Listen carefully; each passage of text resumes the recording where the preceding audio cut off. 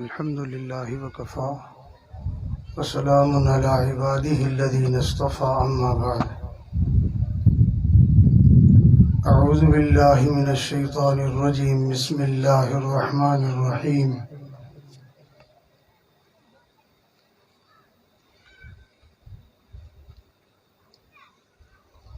وَلَقَدْ وَصَّيْنَا الَّذِينَ أُوتُوا الْكِتَابَ مِنْ قَبْلِكُمْ وَإِيَّاكُمْ أَنِ اتَّقُوا اللَّهَ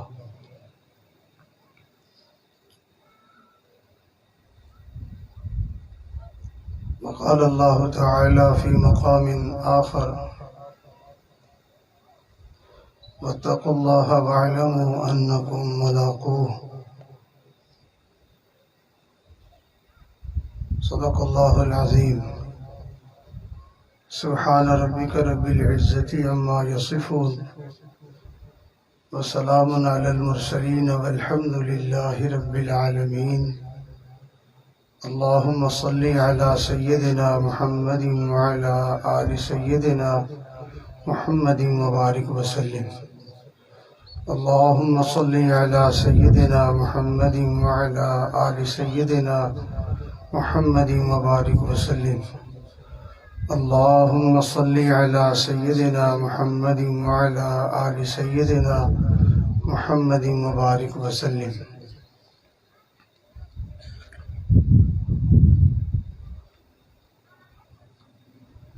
آسمان کی زینت ستاروں سے ہے اور زمین کی زینت پرہیزگاروں سے ہے۔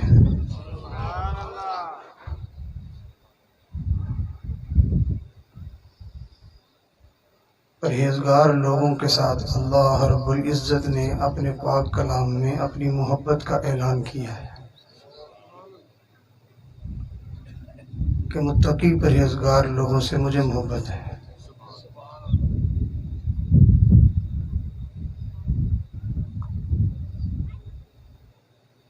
اللہ رب العزت کے اپنے بندوں کو عطا کرنے کے بہت سارے راستے ہیں، کئی راستوں سے، کئی طریقوں سے، کئی انداز سے اللہ اپنے بندوں کو نواز دیتے ہیں۔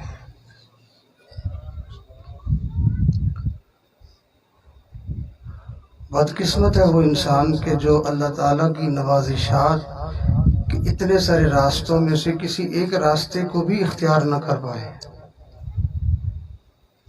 وہ اتنے بڑے مہربان اور اتنی وسیع رحمتیں لٹانے والے رب کی رحمت سے محروم ہو جائے۔ ایسا ہی ہے جیسے موسلادھار بارش ہو رہی ہو، خوب بارش برس رہی ہو، سخت گرمی کا موسم ہے تو انسان بارش میں نہا کے اپنی گرمی کو دور کر سکتا ہے، لیکن اتنی مسلسل اور اتنی تیز بارش کے باوجود وہ بارش کو اپنے جسم پہ لینے سے محروم ہو جائے، سوائے اس کے کہ وہ شقی اور بدبخت ہی ہو سکتا ہے، باقی اللہ رب العزت نے تو اپنے بندوں کو نوازنے کی کوئی کسر نہیں چھوڑی ہے۔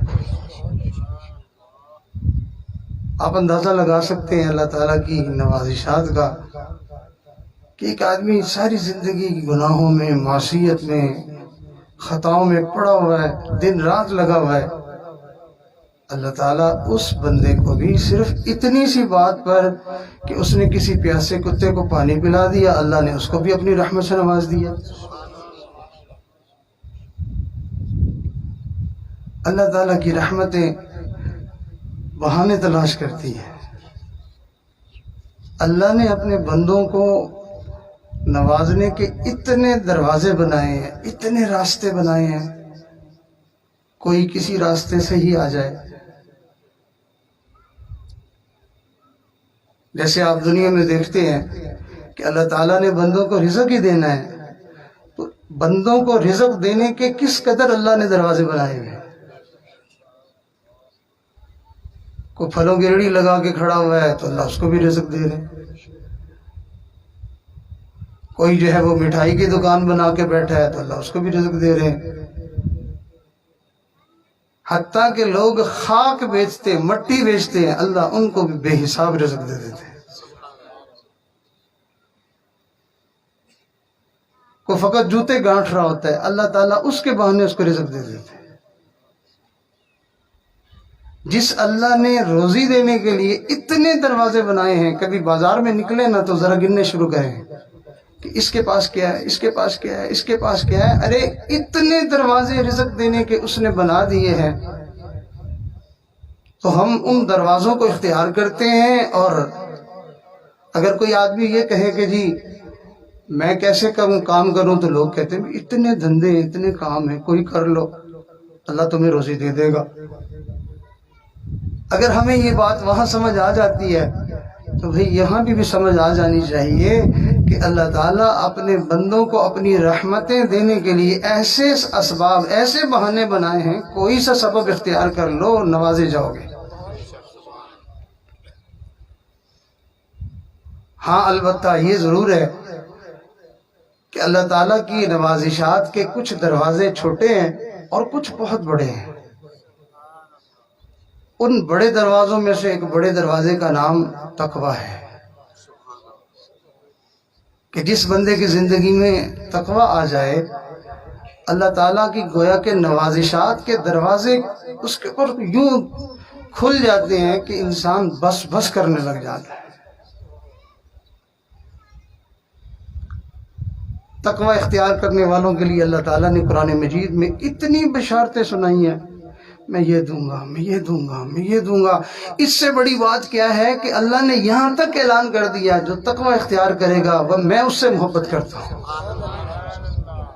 اور دوسری جگہ فرمایا لوگوں جان لو میرا یار، میرا دوست تو بس صرف متقی ہی ہے۔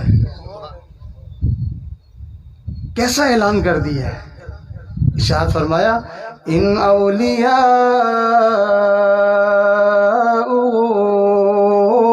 الا المتقون۔ اس کا ترجمہ بنتا ہے میرا یار صرف اور صرف بس متقی ہی ہے۔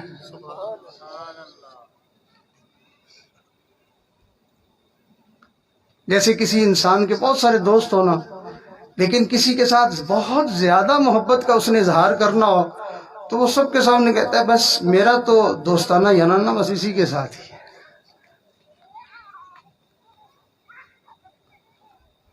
تو اللہ تعالیٰ تقوی کے ذریعے سے انسان کو بہت نعمتیں دیتے ہیں، بے حساب دیتے ہیں، ان گنت دیتے ہیں، لا تعداد دیتے ہیں۔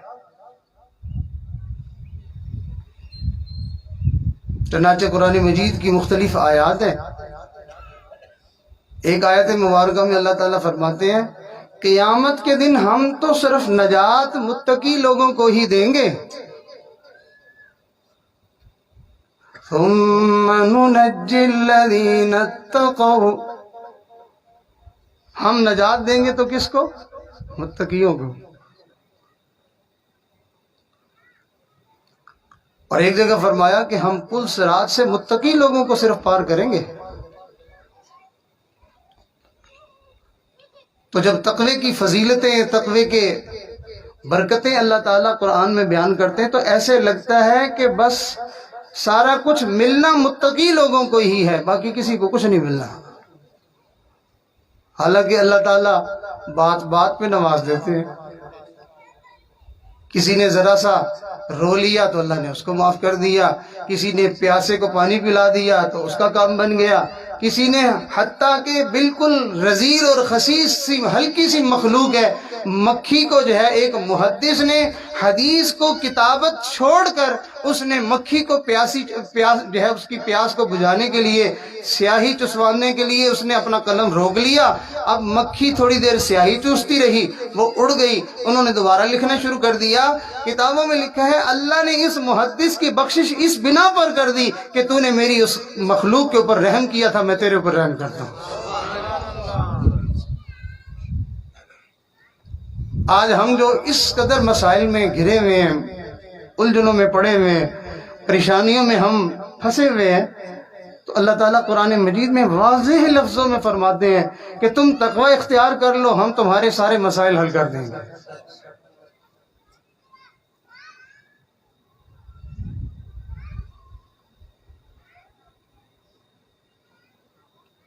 اور اللہ تعالیٰ عجیب بات فرماتے ہیں، دیکھو میرا متقی بندہ جب مجھ سے ملے گا نا تو بڑا خوش ہوگا.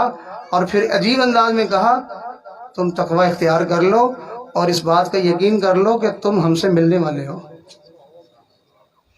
اگر تم متقی بن کے آؤ گے ہم تمہیں بڑا پروٹوکول دیں گے، ہم تمہیں بڑی عزت دیں گے. چنانچہ قرآن مجید میں ارشاد فرمایا وَمَن يَتَّقِ اللَّهَ يُكَفِّرْ عَنْهُ سَيِّئَاتِهِ، جو شخص تقوی اختیار کرے گا نا ہم اس کی ساری غلطیاں معاف کر دیں گے. اس کی مثال بزرگوں نے بڑی عجیب دی. فرمایا کہ جیسے ایک چھوٹا بچہ ہوتا ہے تو وہ ماں سے بڑا لاڈ پیار کرتا ہے، اس کا ماں سے ایک منٹ بھی بغیر گزارا نہیں ہوتا ہے. تو کئی مرتبہ وہ اپنی نادانی کی وجہ سے غلطی کیا کرتا ہے کہ ماں کے چہرے پہ تھپڑ مار دیتا ہے. اب یہ بات ایسی تھی کہ اس کو سزا ملتی، اس کو مار پڑتی، لیکن ماں سمجھتی ہے کہ یہ میرا بچہ مجھ سے بغیر اس کا گزارا ہی نہیں ہوتا، اتنا میرے ساتھ اس کا تعلق ہے. تو وہ بجائے سزا دینے کے الٹا اس مارنے والے تھپڑ جس ہاتھ سے اس نے تھپڑ مارا ہے اس ہاتھ کو پکڑ کے الٹا وہ چوم لیتی. متقی بندے کو بھی اللہ تعالیٰ معاف کر دیتے ہیں کہ یہ میرا بندہ تو میری نافرمانی کرنے والا ہے ہی نہیں، اچھا اس سے غلطی ہوگی، چلو کوئی بات نہیں ہم معاف کرتے ہیں. وَمَن يَتَّقِ اللَّهَ يُكَفِّرْ عَنْهُ سَيِّئَاتِهِ وَيُعْظِمْ لَهُ أَجْرًا، صرف ہم اس کو معاف ہی نہیں کر دیں گے بلکہ وہ اتنا سا عمل لائے گا ہم اس کو بڑے مہنگے داموں خرید لیں گے. چنانچہ حدیث مبارکہ میں آتا ہے 2 رکعت متقی پڑھے اور 1000 رکعت غیر متقی پڑھے تو متقی کی 2 رکعت اس کی 1000 رکعت سے بھی زیادہ بہتر ہے. بعض دفعہ ہمیں غلط فہمی ہو جاتی ہے، ہم 2 ٹھونگے مار لیتے ہیں اور اللہ والوں کو ہم دیکھتے ہیں یہ تو 2 رکعت ہی پڑھی ہیں انہوں نے، اور ہم سمجھتے ہیں ہم ان سے زیادہ عبادت کرنے والے ہیں. تم بھائی 1000 پڑھ کے آؤ گے، ان کی 2 رکعتیں تمہاری 1000 سے بہتر ہیں.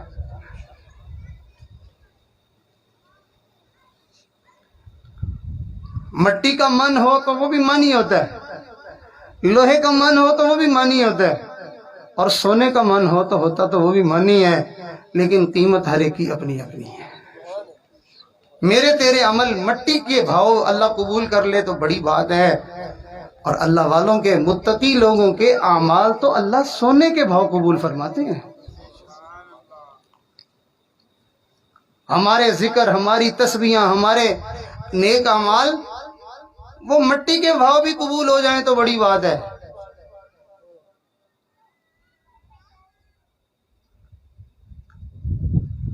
متقی آدمی وہ ہوتا ہے جو اپنے آپ کو گناہوں کے مواقع سے بچانے کی کوشش میں لگا رہتا ہے. زیادہ تسبیح پڑھنے والے کو متقی نہیں کہتے ہیں، زیادہ نفلیں پڑھنے والے کو متقی نہیں کہتے ہیں، زیادہ صدقے خیرات کرنے والے کو متقی نہیں کہتے ہیں. متقی کہتے ہیں اس بندے کو کہ جو ہر وقت اپنے آپ کو گناہوں سے بچانے کی کوشش میں لگا ہوا ہے.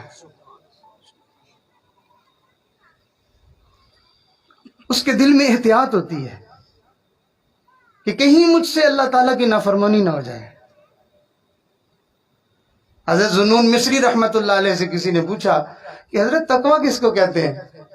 تو ارشاد فرمایا اگر کسی انسان کے خیالات کو اور اس کے جذبات کو مجسم شکل دے دی جائے، اگر کسی کے جذبات اور خیالات کو مجسم شکل دے دی جائے اور پھر اس کو سرے بازار گھمایا جائے تو اس میں کوئی ایسی بات نہ ہو کہ جس کی وجہ سے اس کو شرمندہ ہونا پڑے.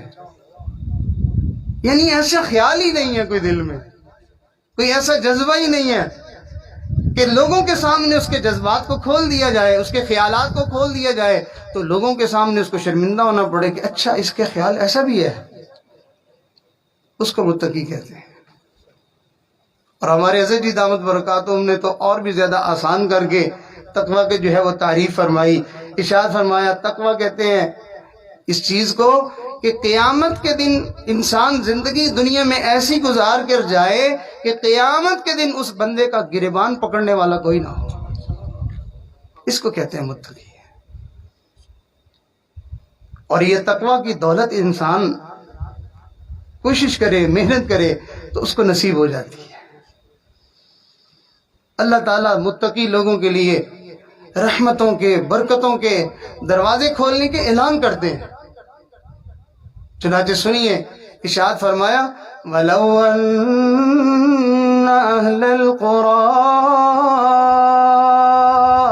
آمَنُوا وَاتَّقَوْا لَفَتَحْنَا عَلَيْهِمْ بَرَكَاتٍ مِّنَ السَّمَاءِ وَالْأَرْضِ. اگر یہ بستیوں والے، یہ دیسوں والے ایمان لے آئیں اور تقوی اختیار کر لیں تو ہم آسمان و زمین سے برکتوں کے دروازے کھول دیں گے. اللہ ایسی برکت عطا فرماتے ہیں. ارشاد فرمایا اگر تم تقوی اختیار کر لو نا، تمہیں جہان والے پھنسانے کے لیے ایڑی چوٹی کا زور لگائیں گے، وہ تمہارا دائرہ تنگ کریں گے، تمہیں جو ہے وہ پریشان کرنے کی کوشش کریں گے. جتنا وہ تمہارے گرد دیواریں بنا لیں گے، جتنا تمہیں بند کرنے کی کوشش کریں گے، ہم تمہیں اس بند جو ہے وہ دائرے میں سے نکلنے کا کوئی نہ کوئی چور دروازہ دے دیں گے. چنانچہ امام اعظم ابو حنیفہ رحمۃ اللہ علیہ کا تقوی مشہور تھا. بڑے متقی آدمی تھے. پہلے ان کی ایک تقوی کی بات سناؤں، پھر اس کے اوپر ان کے اوپر اللہ تعالیٰ کا جو ہونے والا انعام وہ سناؤں. حضرت کے کپڑے کا کاروبار تھا. اب دیکھیے تقوی کس قدر ہے، احتیاط کتنی ہے کہ کسی آدمی کو کوئی ذرا سا بھی دھوکہ نہ ہو جائے، کوئی غلط فہمی نہ ہو جائے. ایک دفعہ جو ہے وہ عصر کے وقت ہی دکان بند کر کے تشریف لے جا رہے ہیں تو کسی نے کہا کہ جی کیا بات ہے اتنی جلدی آج جا رہے ہیں، وہاں آسمان کو ذرا دیکھو. اس نے دیکھا تو اس نے کہا بادل ہے. تو فرمایا پھر؟ تو کہنے لگا کیا ہوا، بادل ہی ہے تو کیا ہوا؟ فرمایا تمہیں نہیں پتا بادل ہو جائیں تو پھر صحیح طرح نظر نہیں آتا، تو کپڑے کی کوالٹی کا پتہ نہیں چلتا، تو گاہک کو کہیں دھوکہ نہ لگ جائے، غلط فہمی نہ ہو جائے اس کو. تو میں نہیں چاہتا کہ اللہ کے کسی بندے کے ساتھ اتنی سی بھی زیادتی ہو جائے، میں اس لیے دکان ہی میں نے بند کر دی ہے کہ کسی کو کوئی دھوکہ ہی نہ لگے. کیا تقوی ہے، کیا احتیاط ہے. اب اس پر انعام دیکھیے کہ ان کے دشمنوں نے، ان کے مخالفین نے ایک مرتبہ مل کے پلان بنایا کہ ہم اس کے ساتھ ایسا معاملہ کریں گے کہ یہ کسی کو منہ دکھانے کے قابل نہیں رہے گا. اور یہ بات ذہن میں رکھنا کہ اللہ تعالیٰ جس بندے کو جتنا بڑا مرتبہ اور مقام دیتے ہیں، جتنی بلندی دیتے ہیں، اس کے حاسدین اور مخالفین بھی اتنے ہی زیادہ ہوتے ہیں. تمام انبیاء علیہ السلام کے مخالفین تھے، دشمن تھے، لیکن کسی کے دشمن جو ہے وہ ایک بستی میں تھے اور کسی کے دشمن ایک علاقے میں تھے. ہمارے آقا و سردار حضرت محمد صلی اللہ علیہ وسلم کو اللہ نے سب سے بلند شان دی. آپ کے دشمن اور مخالف پوری دنیا میں ہیں. 1400 سال گزر گئے اللہ کے محبوب کو دنیا سے پردہ فرمائے ہوئے، اور وہ حاسدین وہ آج تک جو ہے وہ آگ میں جل رہے ہیں. اور کوئی بس نہیں چلتا تو پھر انہوں نے جو ہے وہ اپنا منہ کالا کرنے کے لیے خاکے بنانا شروع کر دی. یہ اپنے اندر کی جلن ہے ان کی جو پوری کر رہے ہیں. امام اعظم ابو حنیفہ رحمۃ اللہ علیہ کے خلاف لوگوں نے جو ہے وہ پلان بنایا کہ ہم ان کے ساتھ ایسا معاملہ کریں گے کہ یہ رسوا ہو جائیں گے. چنانچہ حضرت نماز پڑھنے کے لیے جا رہے تھے تو ایک عورت آئی، اس نے کہا کہ گھر میں مریض ہے تو آپ دم کے لیے تشریف لائیں. اب حضرت کے دل میں خیال آیا کہ بھئی کوئی مریض ہوگا، میرے دم کرنے سے ان کو تسلی ہو جائے گی تو چلو میں کر دیتا ہوں. اب انہوں نے تو منصوبہ بنایا ہوا تھا. جیسے ہی حضرت اندر تشریف لے گئے تو انہوں نے باہر سے دروازہ بند کر دیا. جو مخالفین چھپے ہوئے تھے انہوں نے جلدی سے جو ہے وہ موقع کو پا کے دروازہ بند کر دیا. اندر جو ہے وہ خاتون تھی، اس کو تیار کیا ہوا تھا اور اس کو کہا کہ جیسے ہی اندر آئیں تو تم شور مچا دینا کہ انہوں نے میرے ساتھ برائی کی ہے. اب اس عورت نے جو ہے وہ بکواس شروع کر دی، مجمع اکٹھا ہونا شروع ہو گیا، پولیس کو بلا لیا گیا، انہوں نے کہا جی دیکھو رنگوں ہاتھوں پکڑا گیا، بڑا امام بنا پھرتا ہے اور بڑا جو ہے نیک پاک بنا پھرتا ہے۔ اور یہ بات ذہن میں رکھنا، یہ سلسلے آج بھی علماء کے ساتھ ہو رہے ہیں۔ ہم میڈیا کے اوپر ایسے یقین کرتے ہیں، نعوذ باللہ، اتنا یقین ہمیں حدیث اور قرآن پہ نہیں ہوتا جتنا ہم میڈیا پہ یقین کر لیتے ہیں۔ یہ دجالی سلسلہ ہے، حق کو باطل اور باطل کو حق بنا کے دکھایا جاتا ہے، اچھوں کو برا اور بروں کو اچھا بنا کے دکھایا جاتا ہے، اور ہم اتنے سادہ لوگ ہیں کہ ہم ان کی باتوں پہ یقین کرتے ہیں، آدھی محنت ان کی ہوتی ہے، باقی آدھی ہم کر لیتے ہیں۔ علماء کو بدنام کرنے میں، ذلیل کرنے میں پھر ہم کسر نہیں چھوڑتے۔ چنانچہ امام صاحب کو اس طرح سے جو ہے دروازہ کھولا اور پولیس آئی اور انہیں پکڑ لیا، عورت کو بھی پکڑ لیا اور حضرت امام صاحب کو بھی پکڑ لیا۔ اب جا کے جیل میں بند کر دیا، ہر طرف شور مچا دیا، دور دور علاقوں میں جنگل کی آگ کی طرح راتوں رات خبر پھیل گئی۔ اور جی وہ جو امام بنا ہوا ہے نا، وہ جو بڑی باتیں کرتا ہے، جیسے نبی علیہ السلام کے دشمن اور مخالفین آج تک ہے نا، ایسے ہی امام اعظم ابو حنیفہ رحمۃ اللہ علیہ کے ساتھ حسد کرنے والے لوگ بھی آج تک ہیں۔ ایک طبقہ ہے وہ مخالفت کرتے ہوئے امام شافعی رحمۃ اللہ علیہ کا نام نہیں لے گا، امام مالک رحمۃ اللہ علیہ کا نام نہیں لے گا، امام احمد بن حنبل رحمۃ اللہ علیہ کا نام بھی نہیں لے گا، نام لے گا تو امام ابو حنیفہ رحمۃ اللہ علیہ کا لے گا۔ ان کو تکلیف اس سے زیادہ ہوتی ہے، جبکہ حقیقت یہ ہے کہ وہ ان باقی تین اماموں سے بھی بڑے ہیں اور وہ ان کے استاد ہیں، اور پھر یہ ان کی اندر کی آگ پوری نہیں ہوتی تو پھر لوگوں کو طرح طرح کی باتیں کہتے ہیں تم تو ابو حنیفہ کی نماز پڑھتے ہو اور ہم تو محمدی نماز پڑھتے ہیں۔ لوگوں کو کس قدر الٹا جھانسا دیتے ہیں، تم تو حنفی نماز پڑھتے ہو اور ہم تو محمدی نماز پڑھتے ہیں۔ اور کبھی کہتے ہیں تم اس کو امام مانتے ہو، اس کو تو صرف 17 حدیثیں یاد تھی۔ ایک ایسا ہی جو ہے وہ پھرے ہوئے دماغ والا ہمارے حضرت فرماتے ہیں مجھے ٹکر گیا، تو مجھے کہنے لگا کہ پیر صاحب آپ اچھے پڑھے لکھے بندے ہیں، آپ بھی امام ابو حنیفہ کو مانتے ہیں، آپ بھی ان کی تقلید کرتے ہیں؟ فرمایا بھئی ہاں، میرے لیے سعادت کی بات ہے کہ میں بھی ان کا مقلد ہوں۔ اس نے کہا ان کو تو صرف 17 حدیثیں یاد تھی۔ حضرت فرمانے لگے میں نے کہا کہ بھائی اگر پہلے میں مضبوط حنفی تھا، اب میں اضبط حنفی ہو گیا ہوں۔ میں اس بندے کو اپنا امام نہ مانوں کہ جس نے صرف تیرے کہنے کے مطابق کہ 17 حدیثیں یاد تھی، ان 17 حدیثوں میں سے اس نے امت کی جھولی میں 6 لاکھ مسائل ڈالے ہیں، تو وہ بندہ امام ماننے کے قابل نہیں ہے تو اور کیا؟ تو بہرحال اب یہ مخالفین نے جو ہے وہ بات چلا دی کہ جی صبح دیکھ لینا جی ان کا کیا حشر ہوتا ہے، اور جی رنگوں ہاتھوں رات پکڑے گئے۔ اللہ کی شان دیکھیں، اللہ کیسے اپنے متقی بندوں کو نکالنے کے راستے بناتے ہیں۔ چنانچہ امام صاحب کو جب جیل میں بند کر دیا گیا، اب امام صاحب کوئی نہیں ڈر رہے، پریشان نہیں ہو رہے کہ صبح میری رسوائی ہو جائے گی، صبح مجھے ذلیل کر دیا جائے گا، صبح میرا کیا بنے گا۔ نہیں، اللہ پر یقین تھا کہ اللہ نے وعدہ کیا ہے کہ میں متقی بندوں کو تنگی کے راستوں میں سے نکلنے کے لیے کوئی نہ کوئی راستہ دے دوں گا۔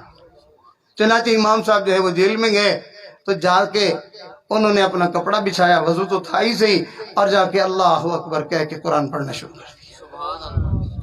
اب کھڑے ہوئے پڑھ رہے ہیں، وہ عورت بھی اسی جیل میں بند ہے، اس کے دل میں باتیں آنا شروع ہوئی کہ میں جوان العمر ہوں، میں تنہا ہوں، میں اکیلی ہوں، یہ اللہ کا ایسا نیک بندہ ہے کہ اس نے میری طرف ایک نظر اٹھا کے نہیں دیکھا ہے، میں کیسی بدبخت اور گندی عورت ہوں کہ 4 ٹکوں کے پیچھے لالچ میں آ کے میں نے ایسے اللہ کے ولی کے خلاف جو ہے زبان چلا دی، میں نے تو اپنی دنیا بھی برباد کر لی، میں نے اپنی آخرت بھی برباد کر لی، میں نے یہ کیا ہے؟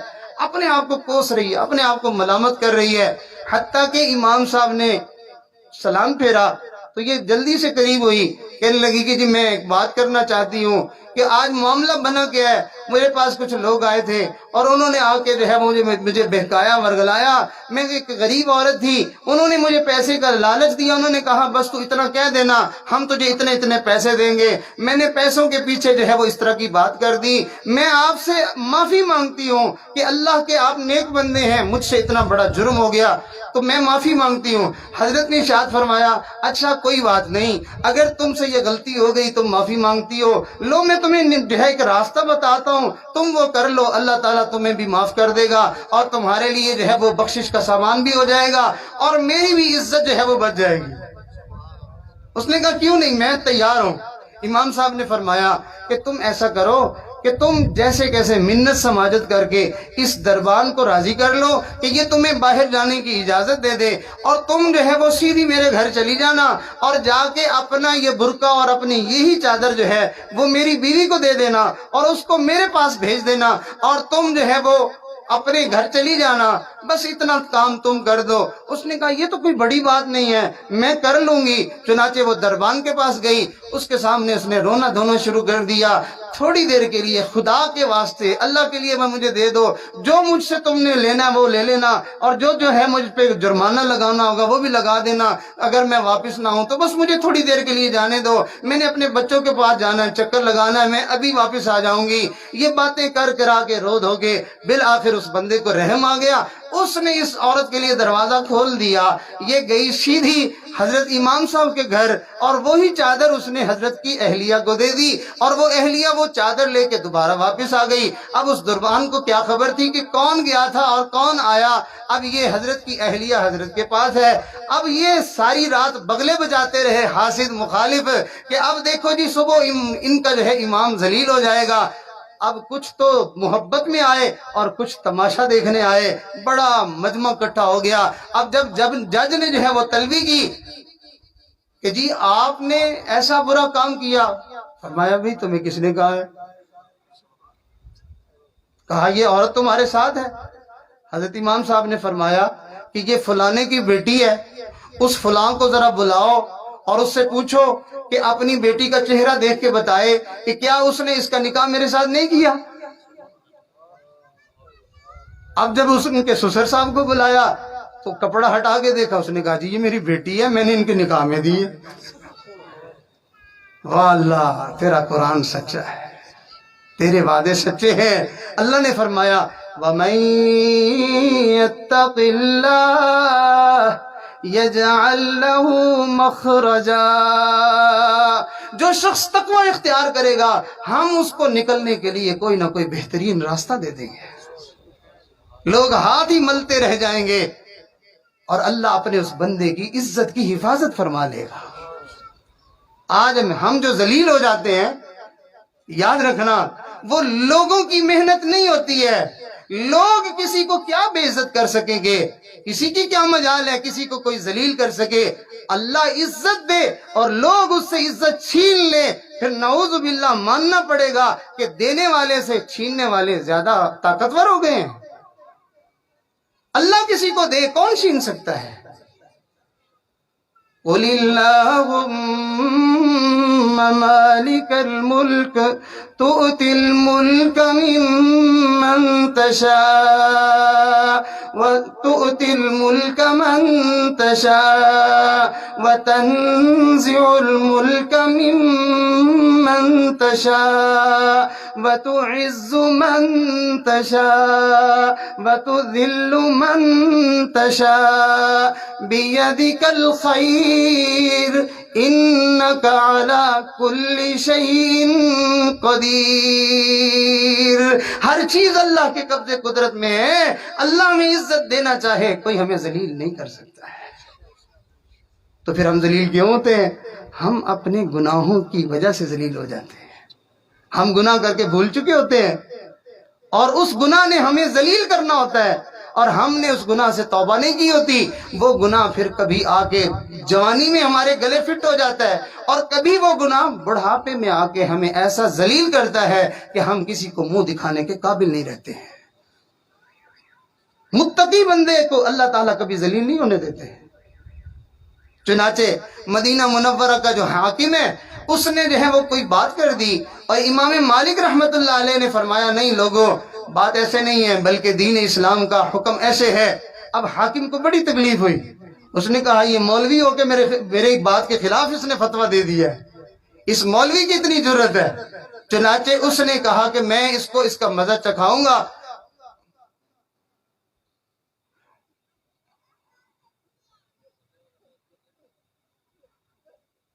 متوجہ رہی، اللہم صلی علی سیدنا محمد۔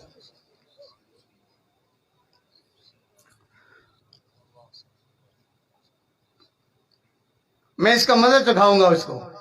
چنانچہ اس نے کیا کیا کہ امام مالک رحمت اللہ علیہ کو گدھے پہ بٹھا دیا اور جوتوں کا ہار گلے میں ڈلوا دیا اور چہرے پہ سیاہی لگوا دی، اور پھر اس کے بعد آپ متوجہ رہے بھائی، متوجہ رہے، دروشی پڑھیں اللہم صلی علی سیدنا۔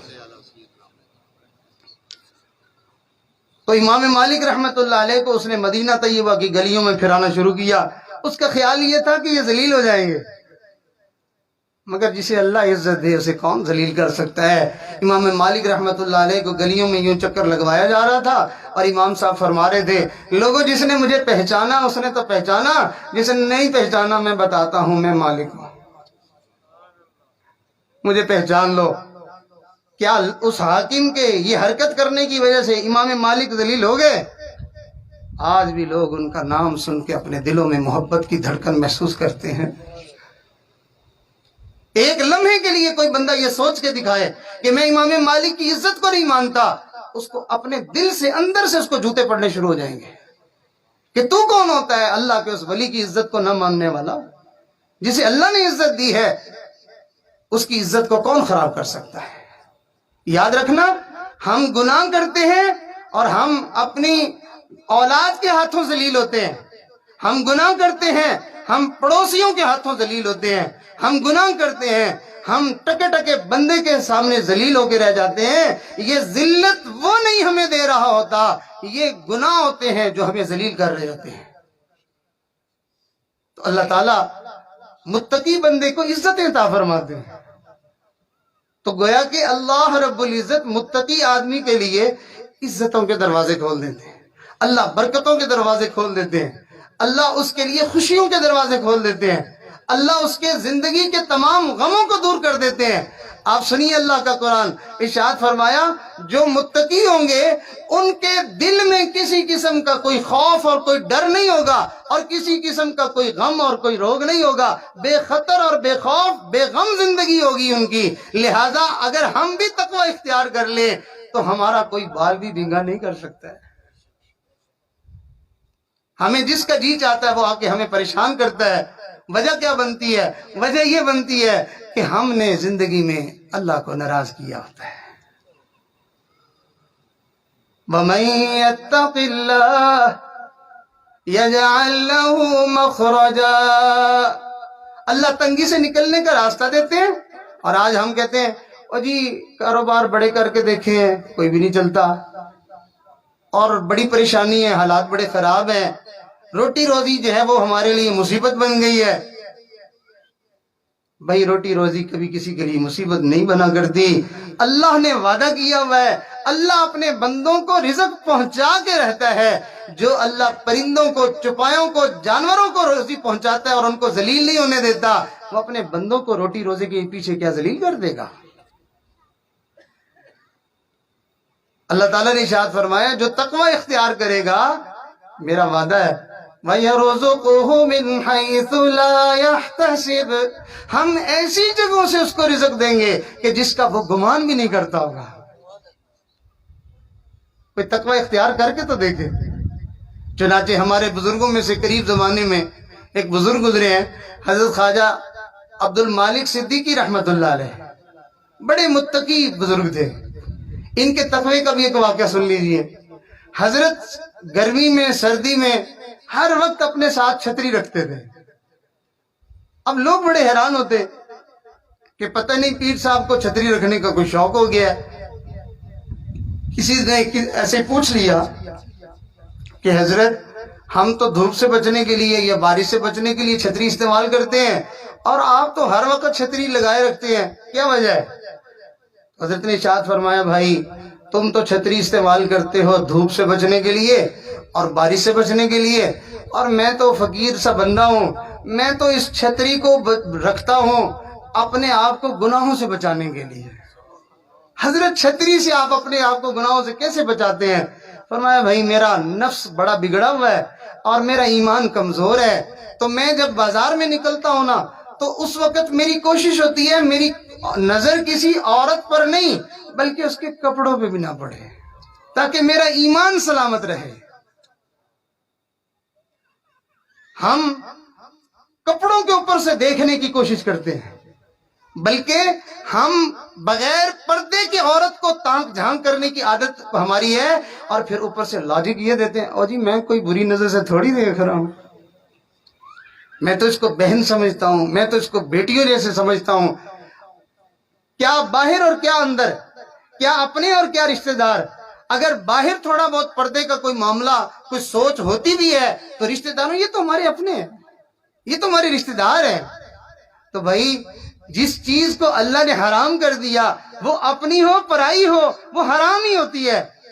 گدھا آپ کا اپنا ہو تو پھر حلال ہوتا ہے، پرائے کا ہو تو پھر جو ہے وہ تب حرام ہوتا ہے۔ نہیں اپنا ہے تب بھی حرام ہے، بیگانہ ہے تب بھی حرام ہے۔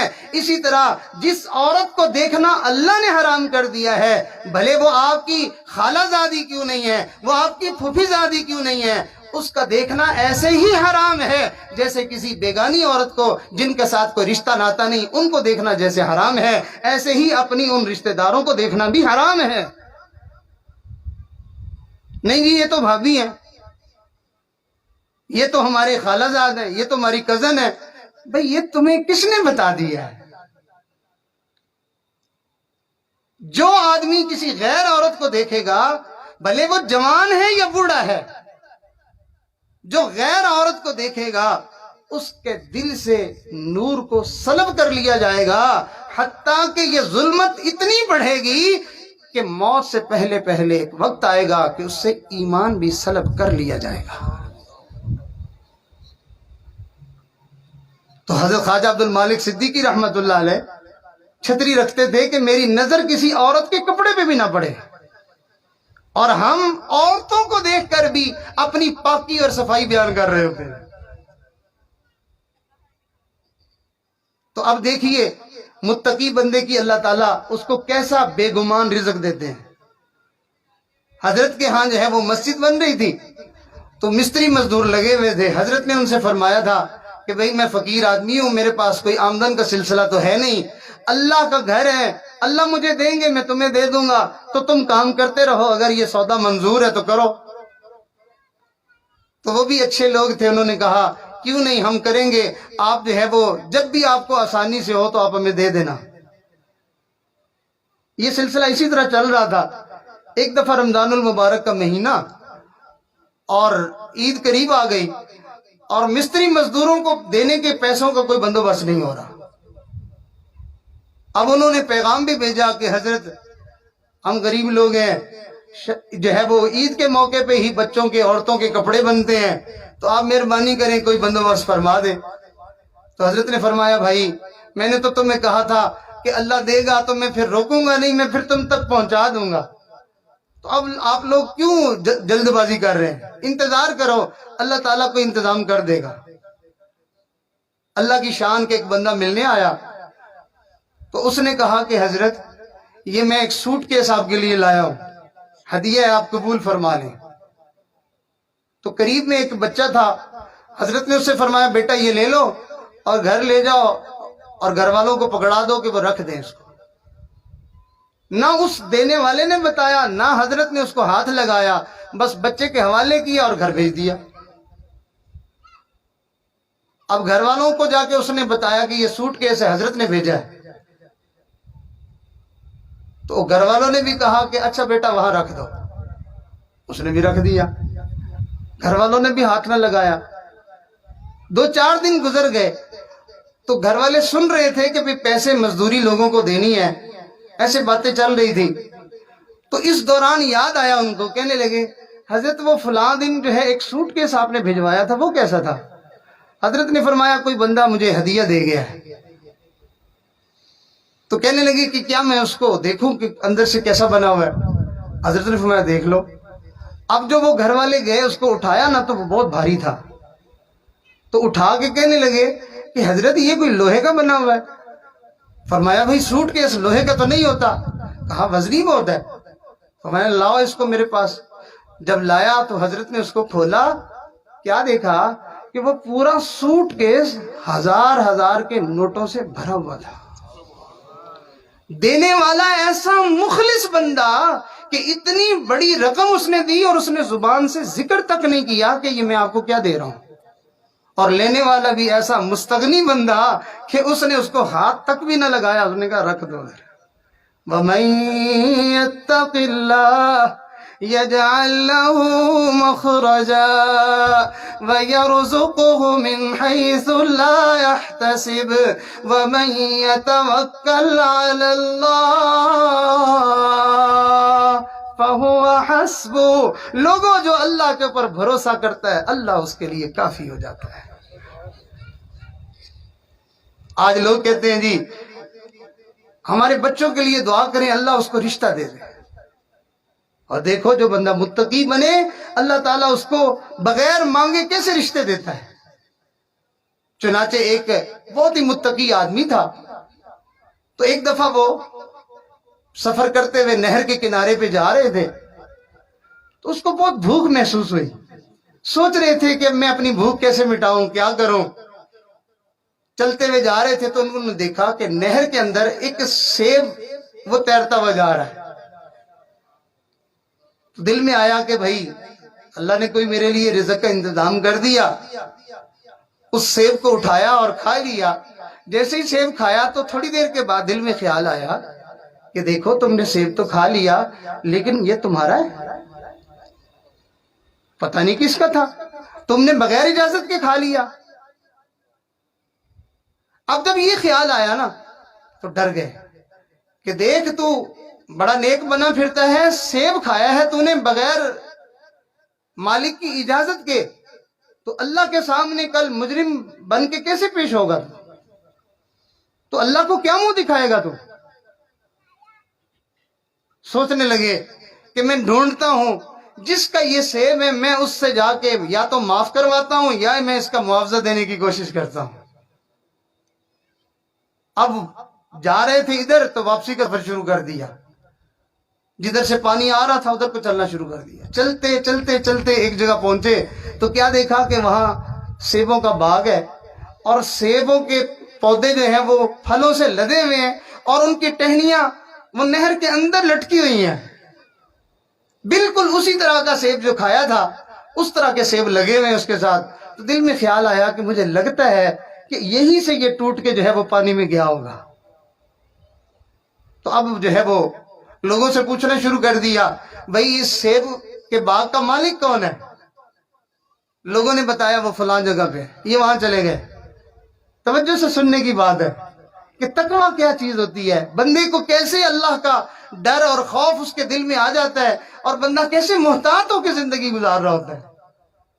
چنانچہ مالک کے پاس گیا اور کہنے لگے کہ بھائی سوری، اس طرح جو ہے وہ ایک سیب بہتا ہوا جا رہا تھا، مجھے کئی دنوں سے بھوک تھی، میں نے کھا تو لیا لیکن اب میں پریشان ہوں کہ بھئی میں نے اجازت تو نہیں لی تھی، مجھے لگتا ہے کہ وہ آپ کے باغ کا سیب تھا، آپ مجھے اللہ کے لیے معاف کر دیں۔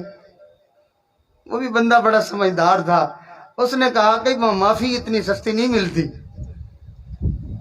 کہ بھئی مجھے کیسے معافی ملے گی، ان کا بدلہ دینا پڑے گا۔ کہا بھئی میں تو غریب آدمی ہوں، میرے پاس تو بدلہ نہیں ہے۔ کہا بدلہ نہیں ہے تو پھر میری مزدوری کرو، یہاں پہ باغ میں رکھوالی کرو۔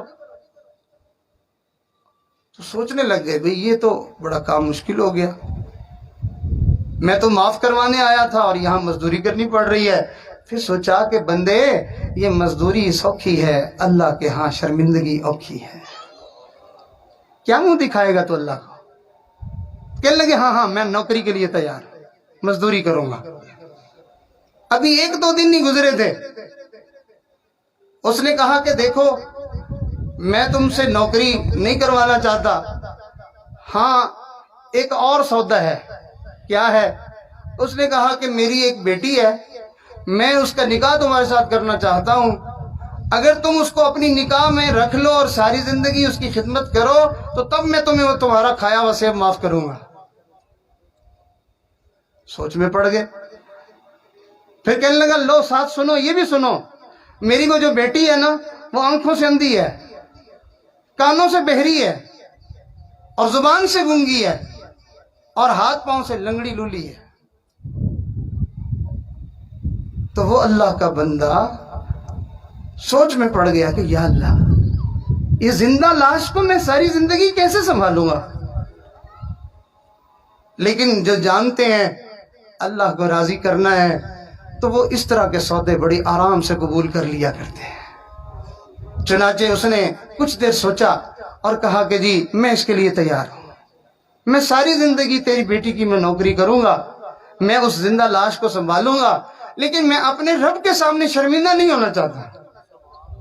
جب اس نے جو ہے یہ حامی بھر لی، لو جی انہوں نے جو ہے وہ لوگوں کو بلایا اور نکاح کیا اور ایجاب و قبول ہو گیا۔ کہتے ہیں جب میری رخصتی ہوئی تو میں اپنے کمرے میں گیا، میں تو دیکھ کے سکتے میں آ گیا کہ میری بیوی، وہ کہتا تھا آنکھوں سے اندھی ہے، اس کی تو آنکھیں اتنی خوبصورت تھی، اور وہ کہتا تھا وہ بہری ہے، وہ گونگی ہے، اور وہ جو ہے وہ ہاتھوں سے لنگڑی لولی ہے۔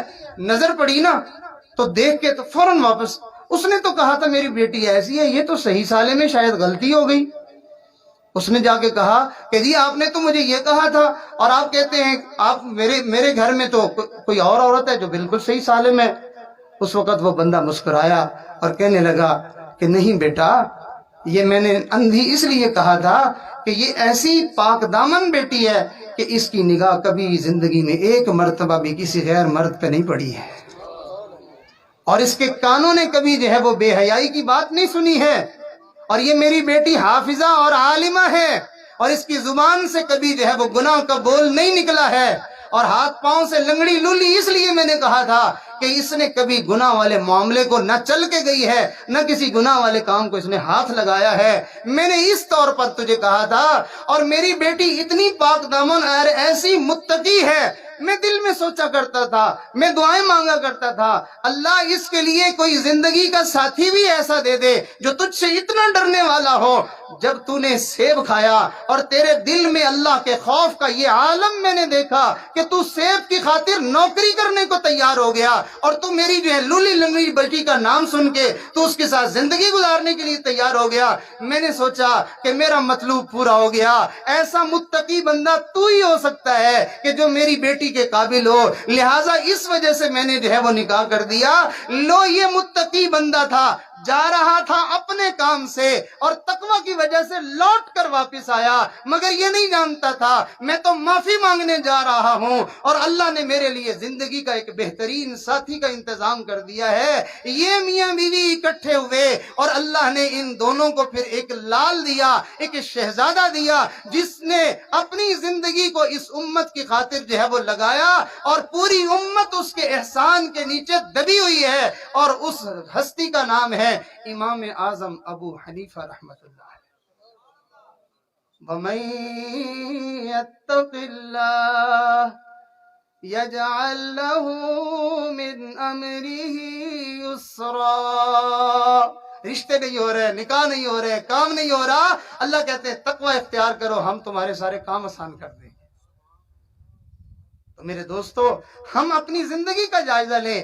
یہ گناہوں کے گند مار مار کے ہم نے اپنی ساری زندگی گندی کر دی ہے۔ زبانوں کے چسکے لینا آسان ہے، آنکھوں کی لذتیں لینا آسان ہے، گناہوں کے کام کرنا آسان ہے، لیکن گناہوں کے پھر نتیجے بھگتنا بڑا مشکل کام ہے۔ اور اللہ نے قرآن میں اعلان کیا، فرمایا جس کسی نے بھی گناہ کیا ہے وہ بچ کے نہیں جائے گا، گناہ کا بدلہ جو ہے وہ پا کے رہے گا۔ ہاں بس ایک ہی صورت ہے، یا اس گناہوں سے جو ہے وہ گناہوں کو چھوڑ دے، یا پھر جو ہے وہ جو گناہ کیے ہیں اللہ سے معافی کا طلبگار ہو جائے۔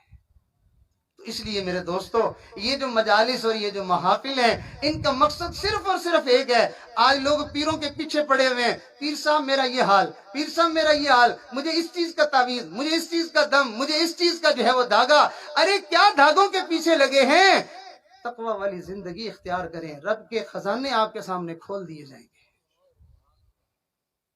تو گناہوں کو اگر نہیں چھوڑیں گے، گناہوں کو نہیں چھوڑیں گے، تو ایسا بندہ بیت اللہ بھی چلا جائے اور غلاف کعبہ بھی پکڑ لے اور لمبی لمبے ہاتھوں کو پھیلا کے یا رب یا رب کرتا پھرے، اللہ کے نبی نے ارشاد فرمایا اللہ اس کی دعا کو قبول نہیں کرے گا۔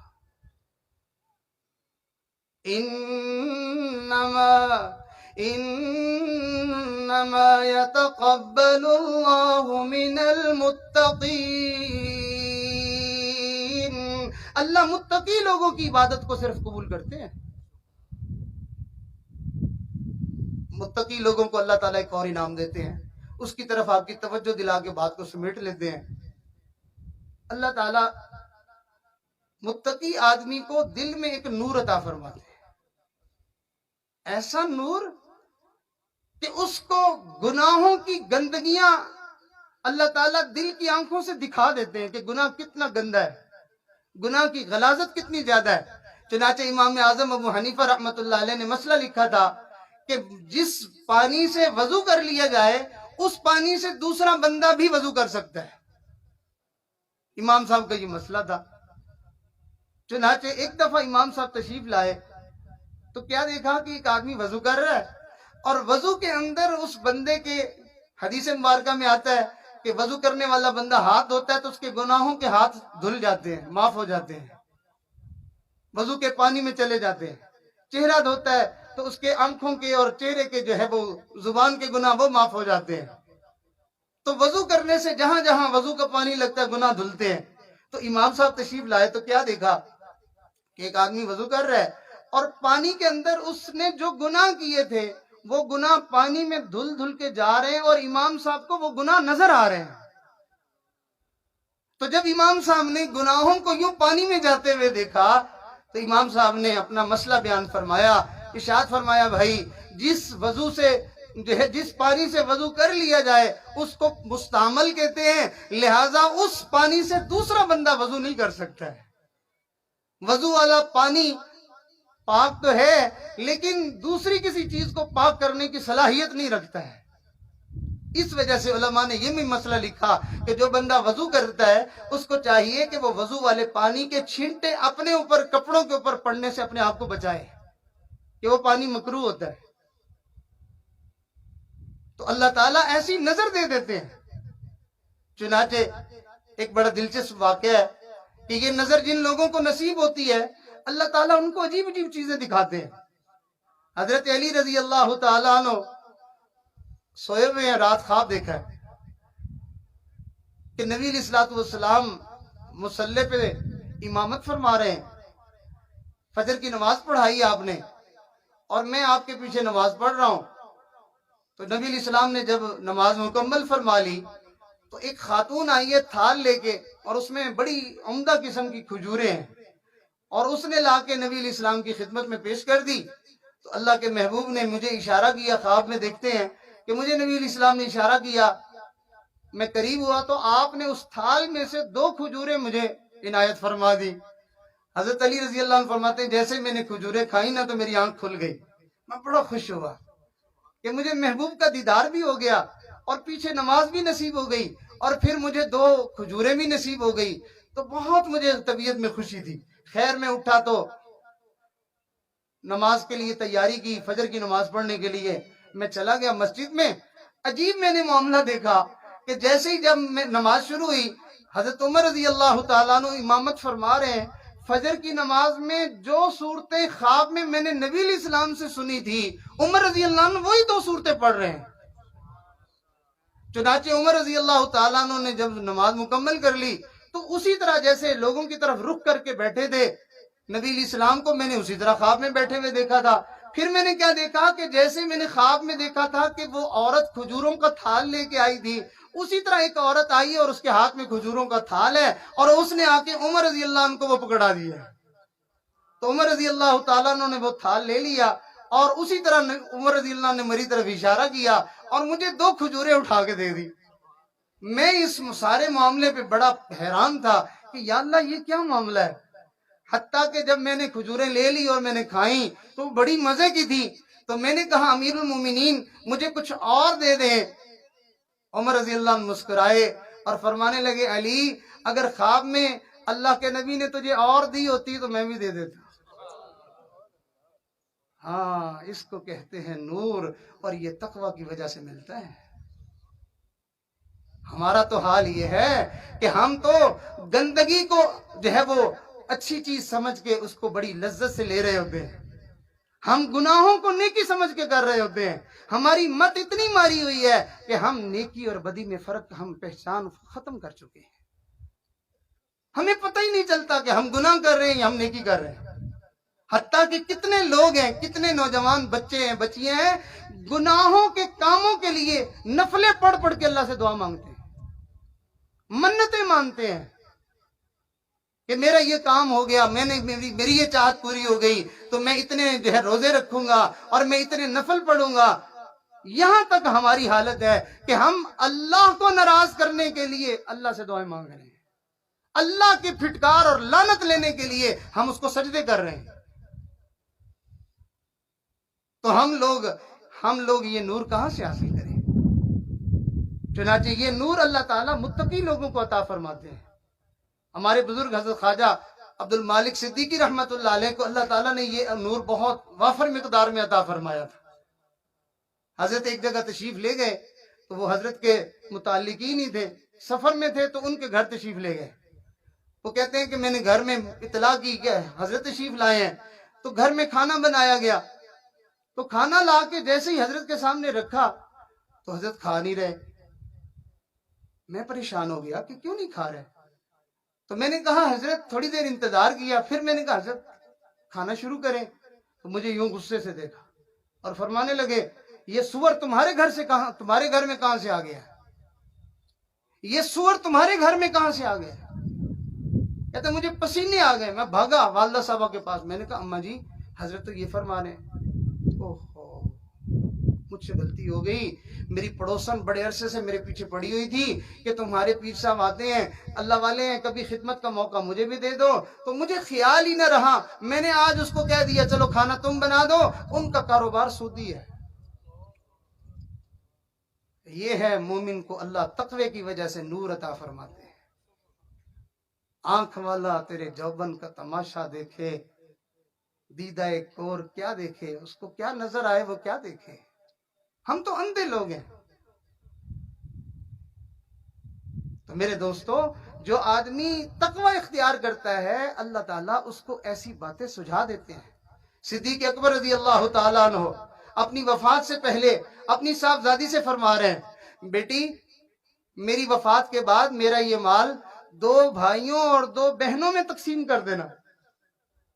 سیدہ عائشہ رضی اللہ تعالیٰ عنہ کہتی ہیں ابا جان میں تو آپ کی ایک ہی بیٹی ہوں، دوسری بہن کون سی ہے؟ 2 بہنوں میں کس کے حصہ تقسیم کر دوں؟ تو حضرت نے ارشاد فرمایا بیٹا تمہاری والدہ کے ہاں بچے کی ولادت ہونے والی ہے اور مجھے امید ہے، مجھے لگتا ہے کہ اللہ تعالیٰ نے بیٹی ہی عطا فرمانی ہے، لہٰذا اس وجہ سے میں تمہیں کہہ رہا ہوں۔ چنانچہ صدیق اکبر رضی اللہ عنہ کی وفات ہوئی، بعد میں اللہ نے ان کے گھر میں بیٹی ہی عطا فرمائی۔ تو متقی بندہ جو گناہوں سے اپنے آپ کو بچاتا ہے اللہ تعالیٰ اس کو سلیم عقل عطا فرما دیتے ہیں، اس کو فہم نصیب فرما دیتے ہیں، اس کو وقت کے مناسب صحیح فیصلے اللہ اس کے دل میں القاء فرما دیتے ہیں۔ جو وہ بات کہہ رہا ہوتا ہے وہ اندھیرے میں لاٹھی نہیں مار رہا ہوتا، اللہ اس کو نور کے ذریعے سے اس بات کی حقیقت اس کو دکھا دیتے ہیں۔ آخری واقعہ عرض کر کے میں اپنی بات کو مکمل کرتا ہوں کہ حضرت جنید بغدادی رحمت اللہ علیہ کے پاس ایک نصرانی آ گیا، گورا چٹا، بڑی ساری اس نے داڑھی رکھی ہوئی اور جبہ پہنا ہوا اور پگڑی سر پہ باندھی ہوئی، دیکھ کے لگتا تھا کوئی بڑا بزرگ ہے، اور حضرت کے پاس آ گیا اور آ کر کہنے لگا کہ میں آپ سے ایک حدیث کے بارے میں پوچھنے آیا ہوں۔ حضرت نے فرمایا پوچھو۔ کہتا ہے اس حدیث کا کیا مطلب ہے؟ اتقوا فراست المؤمن فإنه ينظر بنور اللہ، کہ مومن کی فراست سے ڈرو کہ وہ اللہ کے نور سے دیکھتا ہے۔ اس کا کیا مطلب ہے؟ اب جب اس نے یہ سوال کیا حضرت نے اس کو یوں دیکھا، اوپر سے نیچے تک اس کے اوپر نظر ڈالی، تو حضرت نے ارشاد فرمایا اس کا مطلب یہ ہے اور نصرانی کے بچے کلمہ پڑھ اور مسلمان ہو جاتا ہوں، اور نصرانی کے بچے کلمہ پڑھ اور مسلمان ہو جاتا ہوں۔ اس نے کلمہ پڑھا اور مسلمان ہو گیا اور کہنے لگا آپ نے بالکل سچ کہا، میں نے یہ حدیث سنی تھی، میں صرف آپ کا امتحان لینے کے لیے آیا تھا کہ میں دیکھوں کہ آپ کو میرے نصرانی ہونے کا پتہ چلتا ہے یا نہیں۔ تو آپ نے بالکل ٹھیک کہا، مجھے سمجھ آ گئی کہ واقعی مومن کو اللہ تعالیٰ ایسی فراست عطا فرما دیتے ہیں۔ یہ غیب کا علم نہیں ہوتا۔ بعض لوگوں کو غلط فہمی ہو جاتی ہے، شاید اللہ والوں کو ایسی غیب کی باتوں کا پتہ ہوتا ہے۔ نہیں، یہ غیب کا علم نہیں ہوتا۔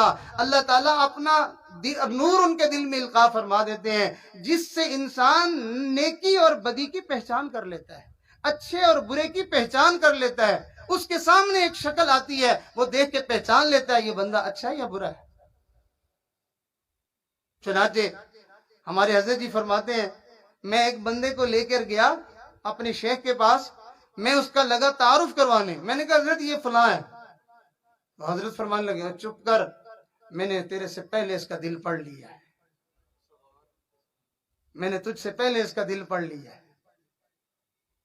تو یہ تقوی انسان کو حاصل کیسے ہوگا؟ یہ تقوی حاصل ہونے کا، اس کو حاصل کرنے کا راستہ اللہ نے قرآن مجید میں بتایا ہے۔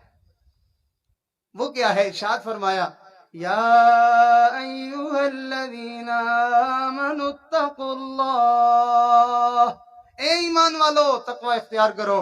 اللہ کیسے کریں؟ فرمایا وَكُونُوا مَعَ الصَّادِقِينَ،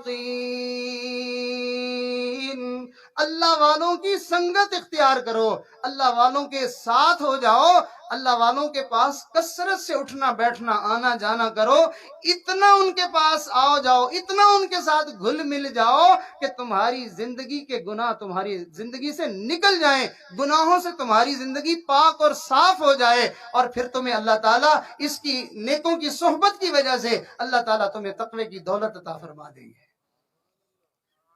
تو اولیاء اللہ کی خانقاہوں میں جو بندہ جاتا ہے یا ان کی مجالس میں جاتا ہے تو یہ تقوی کی دولت لینے کے لیے جاتا ہے۔ بعض دوست سمجھتے ہیں کہ شاید ہم بزرگوں کی مجلس میں بیان سننے جاتے ہیں۔ نہیں، بیانات تو انسان سنتا ہی رہتا ہے، عام بندے کی زبان سے بھی بندہ سن لیتا ہے، اور جو ہے جب انسان کسی اللہ والے کے پاس جاتا ہے تو وہ بیان نہیں ہوتا بلکہ لفظوں میں لپٹا ہوا کچھ نور ہوتا ہے جو کانوں کے ذریعے سے آواز کے ساتھ ملا ہوا سیدھا دل میں چلا جاتا ہے، باتیں بندے کو بھول جاتی ہیں اور وہ نور دل کے اندر اتر جاتا ہے۔ پھر اس کے اثرات کیسے ظاہر ہوتے ہیں؟ اس نور کے اثرات یہ ہوتے ہیں، بیان تو یاد نہیں ہوتا، ہاں البتہ تہجد نصیب ہو جاتی ہے۔ بیان تو یاد نہیں ہوتا مگر بد نظری سے حفاظت نصیب ہو جاتی ہے۔ بیان تو یاد نہیں ہوتا مگر جھوٹ بولنے سے انسان بچنا شروع ہو جاتا ہے، وہ نور اس کے دل میں منتقل ہوتا ہے۔ اب آپ سوچئے کہ اگر ایک بیان سنا اس کے اتنے اثرات ہوئے تو جو انسان بار بار آئے گا، پاس اٹھے گا، بیٹھے گا، کثرت سے آنا جانا کرے گا، اللہ تعالیٰ اس کے دل میں کتنا نور عطا فرمائیں گے۔ وہ سمجھے گا کہ شاید میری زندگی میں کوئی فرق نہیں آ رہا، کوئی میری عادتوں میں تبدیلی نہیں آئی ہے، لیکن اس کے دل میں جو نور منتقل ہو رہا ہے آج اور کل اور پرسوں اور کچھ عرصے کے بعد اپنی زندگی کا موازنہ کر کے دیکھے۔ میرے پاس ایک بندہ آ گیا، سفید داڑھی تھی اس کی اور وہ حضرت سے کافی عرصے سے بیعت تھا، مجھے آگے کہنے لگا کہ جی میں اتنے عرصے سے بیعت ہوں، مجھے تو حضرت سے کوئی فائدہ نہیں ہوا۔ شیطان دیکھو بندے کو کیسا دھوکہ لگاتا ہے۔ تو مجھے کہتا ہے مجھے تو حضرت سے کوئی فائدہ نہیں ہوا۔ میں نے کہا اچھا میں چند باتیں آپ سے پوچھوں، آپ مجھے ذرا جواب دیں۔ کہنے لگے جی پوچھیں۔ میں نے کہا آپ بتائیے جب آپ حضرت سے بیعت ہونے آئے تھے تو اس وقت آپ نماز کی پابندی کرتے تھے؟ تھوڑا سوچا، کہا نہیں پابندی تو نہیں تھی، کبھی پڑھ لیتا تھا کبھی چھوڑ جاتی تھی۔ میں نے کہا اچھا تو کیا آپ کا چہرہ سنت کے مطابق تھا؟ کہا نہیں ایسا بھی نہیں، میری تو داڑھی بالکل چھوٹی چھوٹی تھی۔ میں نے کہا اچھا پھر آپ یہ بتائیں کہ آپ بازار میں جاتے ہوئے عورتوں کو گھورتے ہیں؟ کہتا نہیں اللہ کا شکر ہے ایسا بے حیا آدمی تو نہیں ہوں میں۔ میں نے کہا اچھا بتائیں کہ آپ گالیاں بکتے ہیں؟ کہتا نہیں۔ میں نے کہا چوری کرتے ہیں؟ کہتا نہیں۔ بہت سارے گناہوں کا میں نے پوچھا تو کہنے لگے نہیں۔ میں نے کہا یہ سارا انعام آپ کو کہاں سے ملا ہے؟ کہتے ہاں یہ تو اللہ والوں کی صحبت سے ملا ہے۔ میں نے کہا ہوا میں اڑنا چاہتے ہیں؟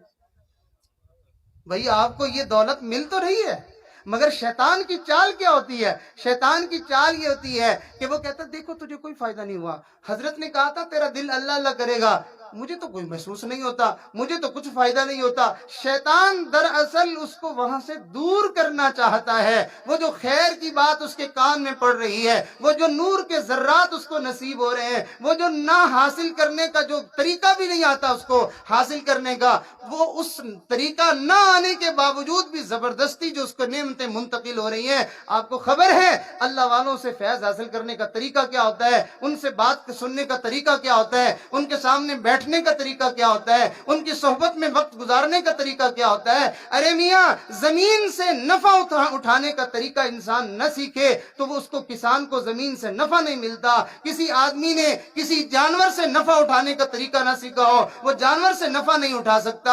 ایک آدمی اسی جانور سے 4 کلو وقت کا دودھ لے لیتا ہے، دوسرا آدمی 1 پاؤ بھی نہیں لے پاتا۔ معلوم ہوا طریقہ نہ آئے انسان نفع نہیں حاصل کر سکتا۔ اسی طرح انسان کو اللہ والوں سے فیض لینا نہ آئے تو وہ اللہ والوں سے فیض بھی نہیں لے سکتا۔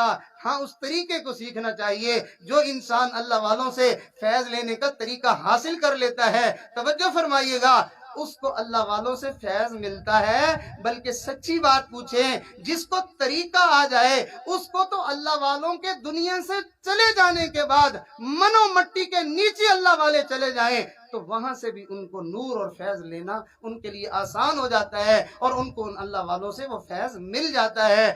ہر ایک کو نہیں ملتا، جس کو طریقہ آتا ہو اسی کو ملتا ہے۔ لہٰذا آج دیکھو لوگ قبروں پہ تو پہنچ جاتے ہیں، کہتے ہیں جی یہ بزرگوں کے قائل نہیں ہیں۔ ارے میاں بزرگوں کی بزرگی مانتے ہیں، مگر ہم کہتے ہیں تمہیں وہاں سے کچھ لینا نہیں آتا، پہلے زندہ پیروں سے کچھ سیکھ لو، کچھ لینے کا گر طریقہ اور حاصل کر لو، پھر جو ہے تم وہاں پہ بھی چلے جانا، وہاں سے بھی تمہیں کچھ مل جائے گا۔ جب بندے نے سیکھا نہیں ہوتا تو قبروں پہ چلا جاتا ہے، زندہ بزرگوں سے فائدہ نہیں حاصل کر پاتا تو جو دنیا سے چلے گئے ہیں، جو آنکھوں سے اوجھل ہو گئے ہیں، ان سے کیا خاک فائدہ اٹھائے گا؟ لہٰذا بجائے فائدہ لینے کے الٹا وہ مشرک بن کے آ جاتا ہے، الٹا وہ ملحد اور بے دین بن کے آ جاتا ہے، وہ جو تھوڑی بہت نیکی ہوتی ہے اس کو بھی برباد کر کے آ جاتا ہے۔ وہ بجائے اللہ کو سجدے کرنے کے وہ جا کے قبروں کو سجدے کر کے آ جاتا ہے، جبکہ اللہ والے اپنے سامنے جھکنا نہیں سکھاتے ہیں، اللہ والے اللہ کے سامنے جھکنا سکھاتے ہیں۔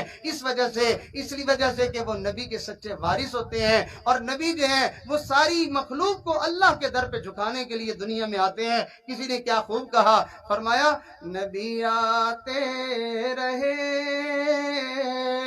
آخر میں نبیوں کے امام آئے، وہ دنیا میں خدا کا آخری لے کر پیام آئے۔ تو نبی الاسلام اپنے ساتھ تعلق جوڑنے والوں کو قرآن سکھایا کرتے تھے، اور آج کا پیر صاحب جو ہے نہ اس کو خود آتا ہے نہ وہ آگے سکھا سکتا ہے۔ سچے پیر کی نشانی یہ ہوتی ہے وہ خود بھی قرآن کا عاشق ہوتا ہے اور اپنے ساتھ تعلق جوڑنے والوں کو بھی قرآن کا شیدائی بنا دیتا ہے۔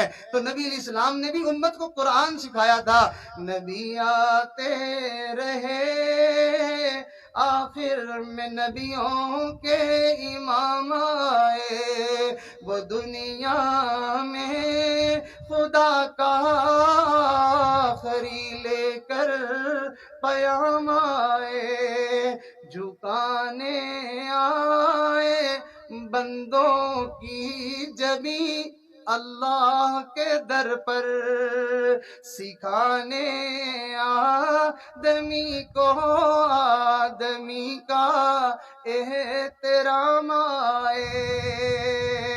بزرگوں کا احترام ہوتا ہے، عبادت اللہ کی ہوتی ہے۔ ہم تو عبادت اور احترام میں فرق ہی نہیں کر سکتے۔ پیر صاحب کے پاؤں میں جو ہے وہ لوگ سجدے کر رہے ہوتے ہیں، جھک کے ان کے جو ہے وہ گھٹنوں کو ہاتھ لگا رہے ہوتے ہیں، جبکہ میرے آقا علیہ السلام تشریف لاتے تھے تو لوگ کھڑے ہونے لگتے تھے، صحابہ کرام کھڑے ہو کر استقبال کرنے لگتے تھے کہ ہمارے آقا تشریف لائے، اللہ کے محبوب تشریف لائے، اس سے زیادہ عظمت اور کیا ہو سکتی ہے؟ کھڑے ہونے لگتے لوگ، لیکن میرے آقا علیہ السلام ان کو تعلیم دینے کے لیے کہ نہ میرے آنے پر کھڑے بھی نہ ہوا کرو، میں بھی تمہاری طرح ایک انسان ہوں، لہٰذا نبی علیہ السلام کھڑے نہیں ہونے دیتے تھے، بٹھا دیتے تھے۔ مگر آج کا بگڑا ہوا پیر، اس کی چارپائی پہ کوئی ساتھ بیٹھ جائے وہ کہتا ہے یہ گستاخ ہے، یہ بے ادب ہے، لوگوں کو، وہ مریدوں کو اپنے در کا کتا بنا دیتا ہے، چنانچہ لوگ جو ہے وہ کتے کی طرح رینگتے ہوئے اس کے پاؤں میں جا کے گرتے ہیں۔ نہ روزہ ہے، نہ نماز ہے، نہ تلاوت ہے، نہ ذکر ہے، نہ استغفار ہے، بس ڈھونگ رچایا ہے۔ اور سادی عوام ایسی ہے کہ ان کو کچھ بھی نہ ملے، فقط دو لکیریں کاغذ کے اوپر لگا کے دے دو، یہ اس دھوکے میں آ جاتے ہیں، کہتے ہیں پیر صاحب نے بس تعویذ لکھ دیا، اب میرا کام ہو جائے گا۔ ارے دو لکیروں کی، پیر کی دو لکیروں سے تیرا کام ہو جائے گا؟ رب نے تیرے لیے 30 پاروں کا قرآن بھیجا، اس سے تیرا کام نہ ہوا، نبی نے ایسا پیاری سنتیں تجھے دی، اس سے تیرا کام نہ ہوا۔ لہٰذا ہمارا ایمان ہے، ہمارا یقین ہے کہ اللہ کا قرآن ہمارے مسائل کا حل ہے، نبی کی سنتیں ہمارے لیے نجات کا راستہ ہے۔ تو ان مجالس کا مقصد یہ ہے کہ میرے دوستوں، ہم قرآن کی طرف آ جائیں، ہم نبی کی سنت کی طرف آ جائیں، ہم گناہوں والی زندگی کو ترک کر دیں، انشاءاللہ اللہ کی رحمتوں کو اپنی آنکھوں سے اترتا ہوا دیکھیں گے، دعاؤں کی قبولیت آپ اپنی آنکھوں سے دیکھیں گے، ادھر دعا مانگیں گے، ادھر اللہ آپ کو دعاؤں کی قبولیت دکھا دے گا۔ اللہ رب العزت سے دعا ہے کہ یہ ٹوٹی پھوٹی معروضات اللہ ان کو اپنی بارگاہ میں قبول فرما لے، اور ہمیں دین کا فہم نصیب فرمائے، اور قرآن سے ہمیں محبت نصیب فرمائے، اور نبی کی سنت کی عظمت اللہ ہم سب کے دلوں میں عطا فرمائے۔ وآخر دعوانا ان الحمد للہ رب العالمین۔ اسی سلسلے کو سیکھنے سکھانے کے لیے یہ بیعت کا سلسلہ کیا جاتا ہے کہ لوگوں بیعت ہو جاؤ۔ کیا مطلب؟ کہ تم نبی کے لائے ہوئے دین کو سیکھنے کی نیت کر لو، زندگی کو گناہوں سے پاک کرنے کا ارادہ کر لو۔ لہٰذا جب بندہ بیعت ہو جاتا ہے تو اس کے مشائخ اس کو کچھ جو ہے وہ اس کو ورد وظیفے بتاتے ہیں، اس کے لیے رات کے آخری پہر میں دعائیں مانگتے ہیں، اور اس اللہ کے حضور میں جو ہے وہ فریاد کرتے ہیں، ان کی دعائیں ہوتی ہیں، توجہات ہوتی ہیں، اور ساتھ ساتھ تعلیم ہوتی ہے۔ نتیجہ یہ نکلتا ہے کہ آہستہ آہستہ وہ بندہ سدھرتے سدھرتے اللہ کا دوست بن جاتا ہے، اللہ کا ولی بن جاتا ہے، اس کی زندگی گناہوں سے پاک اور صاف ہو جاتی ہے۔ اگر آپ حضرات جو ہے اپنی زندگی کو گناہوں سے صاف کرنا چاہتے ہیں تو یہ فقیر بھی اپنے بڑوں کے ساتھ اسی سلسلے کو سیکھنے میں محنت میں لگا ہوا ہے، آپ بھی اس محنت میں جڑ جائیں۔ ہم نہ بن سکے ولی، ہم نہ بن سکے متقی، کم از کم ہم اللہ کو یہ منہ دکھانے کے قابل تو ہو جائیں گے، اللہ میں نے تیرا فرما بردار بننے کے لیے اپنا ہاتھ تو پیش کر دیا تھا، میں نے نیت تو کر لی تھی، میں کوشش میں تو لگ گیا تھا، اللہ میں سفر کر کے وہاں پہنچ تو جایا کرتا تھا، میری نیت اور ارادہ تو یہی ہوتا تھا، تو اللہ رب العزت یقیناً ہماری اس کاوش کو قبول فرما لیں گے۔ تمام دوست جو ہے وہ اپنی زندگی کے پچھلے گناہوں سے پکی سچی توبہ کر لیں، جو بے نمازی ہیں تو وہ توبہ کر لیں، جو بے پردہ عورتیں ہیں وہ بھی توبہ کر لیں، اور جن کو ٹی وی کی سکرین پہ کچھ دیکھنے کی عادت ہے وہ اس سے توبہ کر لیں، بدنگاہی کی عادت ہے توبہ کر لیں، جھوٹ بولنے کی عادت ہے توبہ کر لیں۔ اگر گناہوں سے آپ توبہ نہیں کریں گے تو پھر آپ کو حالات آپ کی توبہ نکلوا دیں گے، ایسا وقت آئے گا کہ آپ دھاڑتے پیٹتے پھریں گے مگر آپ کو نکلنے کا کوئی راستہ نظر نہیں آئے گا۔ اس سے پہلے ہم اللہ کی طرف رجوع کر لیں، اللہ سے توبہ کر لیں، اللہ ہماری زندگی کو آسان بنا دیں گے۔ آج بھی ایک دوست مجھے ملے، کہنے لگے حضرت مجھے اللہ نے سب کچھ دیا ہوا ہے، ساری نعمتیں میرے پاس ہیں، لیکن میرا دل ہر وقت پریشان رہتا ہے۔ ارے اس کے دل کو کس نے پریشان کیا ہے؟ اس کے گناہوں نے اس کو پریشان کر دیا ہے۔ گناہ کا اور کوئی بھی نقصان نہ ہو تو کم از کم دل کا چین اور سکون تو ختم ہو ہی جاتا ہے۔ تو سارے دوست بھائی توبہ کرتے ہیں انشاءاللہ، سارے دوست توبہ کی نیت فرما لیں۔ میری مائیں بہنیں بیٹیاں یہ آواز سن رہی ہیں، وہ بھی اپنی زندگی کے گزشتہ تمام گناہوں سے توبہ کی نیت فرما لیں، اور آئندہ سچی اور سچی اسلامی ایمانی قرآنی زندگی گزارنے کا دل میں عزم اور ارادہ کر لیں۔ اور جو حضرات پہلے سے سلسلے میں اس مقصد کے ساتھ جڑے ہوئے ہیں کہ ہم اپنی زندگی کو گناہوں سے پاک کریں گے، وہ صرف بیعت پر انحصار نہ کریں بلکہ سلسلے میں جو بتائے ہوئے اسباق ہیں ان کے اوپر محنت کریں، بزرگوں کی دی ہوئی تعلیمات کو جو ہے وہ مضبوطی سے پکڑیں، اور جو حضرات اب جو ہے وہ سلسلے میں شامل ہو کر اپنی زندگی کو گناہوں سے پاک کرنا چاہتے ہیں وہ توبہ کے ساتھ ساتھ سلسلے میں بیعت ہونے کی نیت فرما لیں۔ انشاءاللہ ایک دن آئے گا، دھیرے دھیرے بھی چلتے رہے تو اللہ تعالی ہمیں منزل تک پہنچا دے گا۔ تو تمام دوست جو ہے وہ توبہ کی نیت فرما لیں، اور جو بیعت ہونا چاہیں وہ ساتھ بیعت کی نیت فرما لیں۔ خطبہ سنیں۔ الحمدللہ وکفا وسلام علی عبادہ الذین اصطفیٰ، اما بعد۔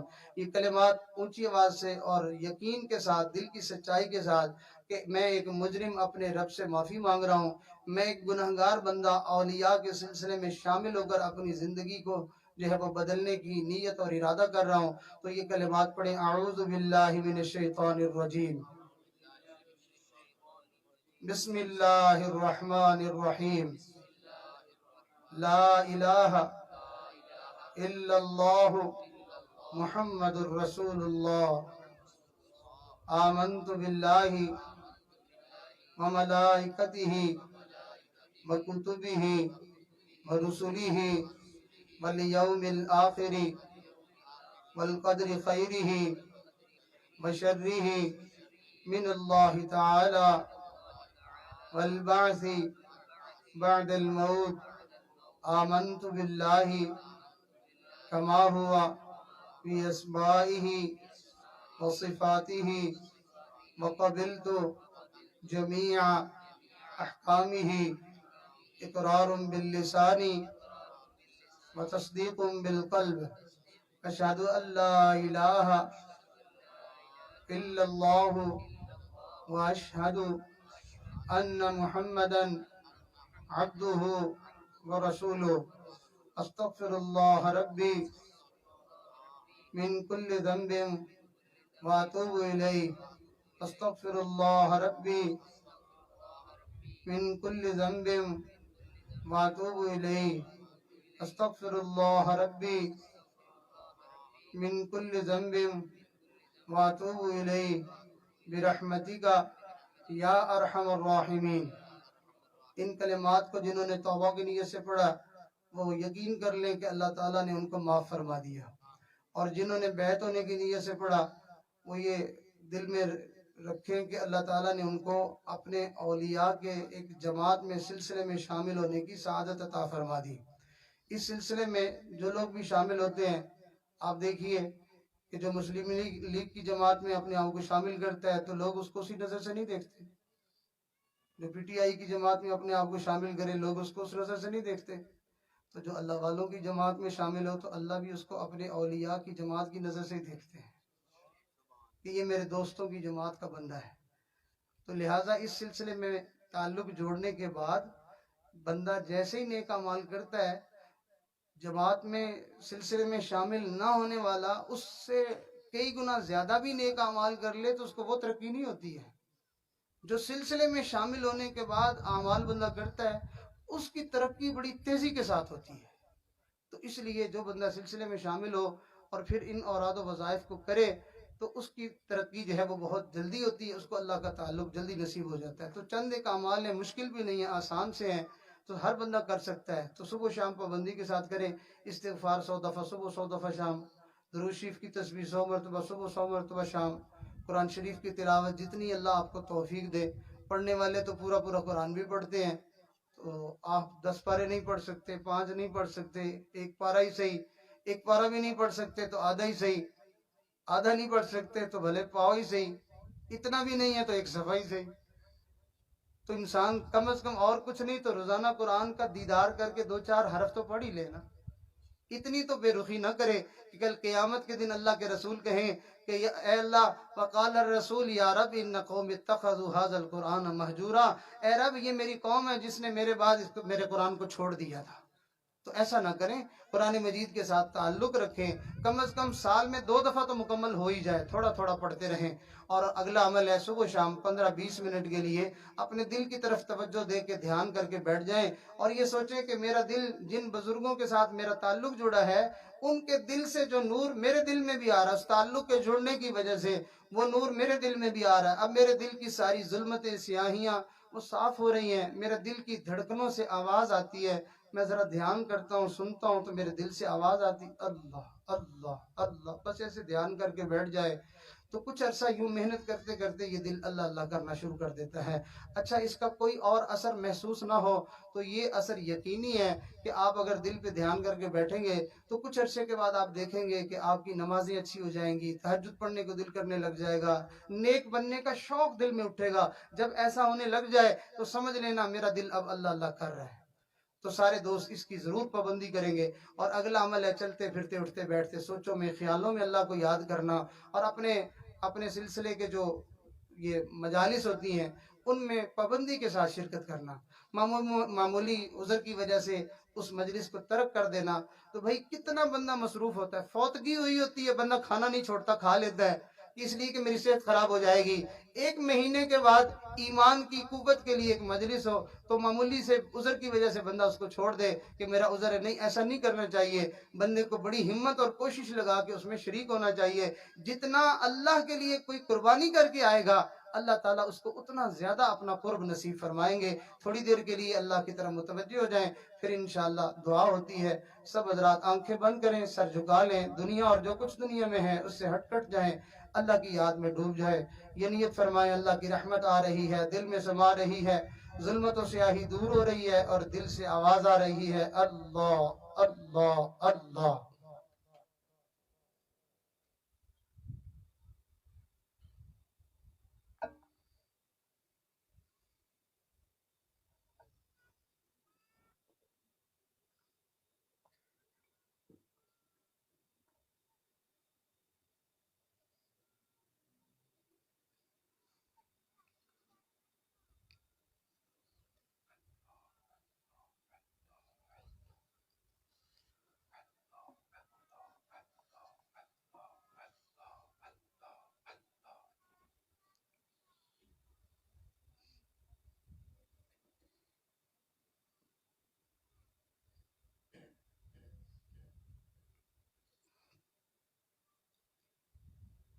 کس سے مانگے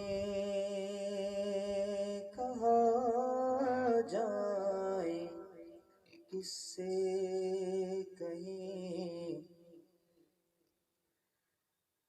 کس سے مانگے کہاں جائیں، کس سے کہیں، اور دنیا میں حاجت روا کون ہے۔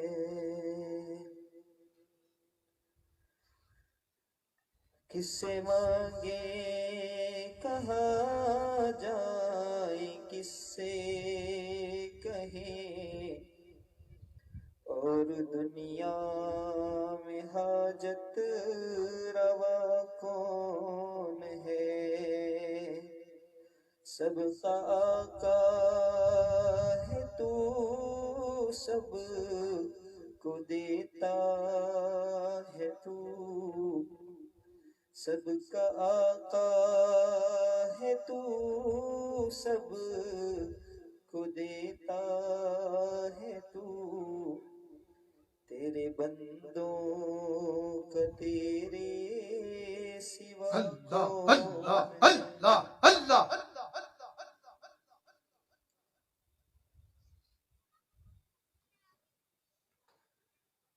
کون مقبول ہے کون مردود ہے، بے خبر کیا خبر تجھ کو کیا کون ہے۔ کون مقبول ہے کون مردود ہے، بے خبر کیا خبر تجھ کو کیا کون ہے۔ جب تلیں گے عمل سب کے میزان پر،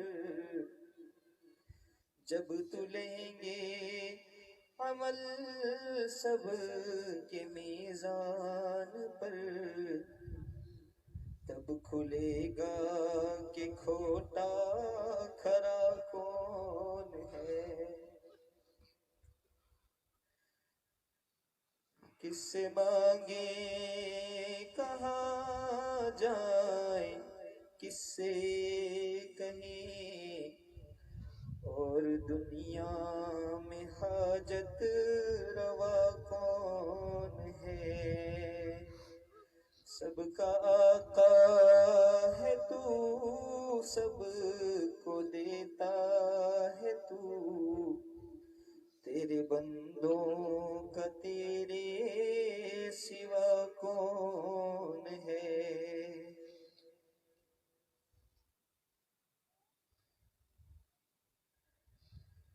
اولیاء تیرے محتاج اے رب کل،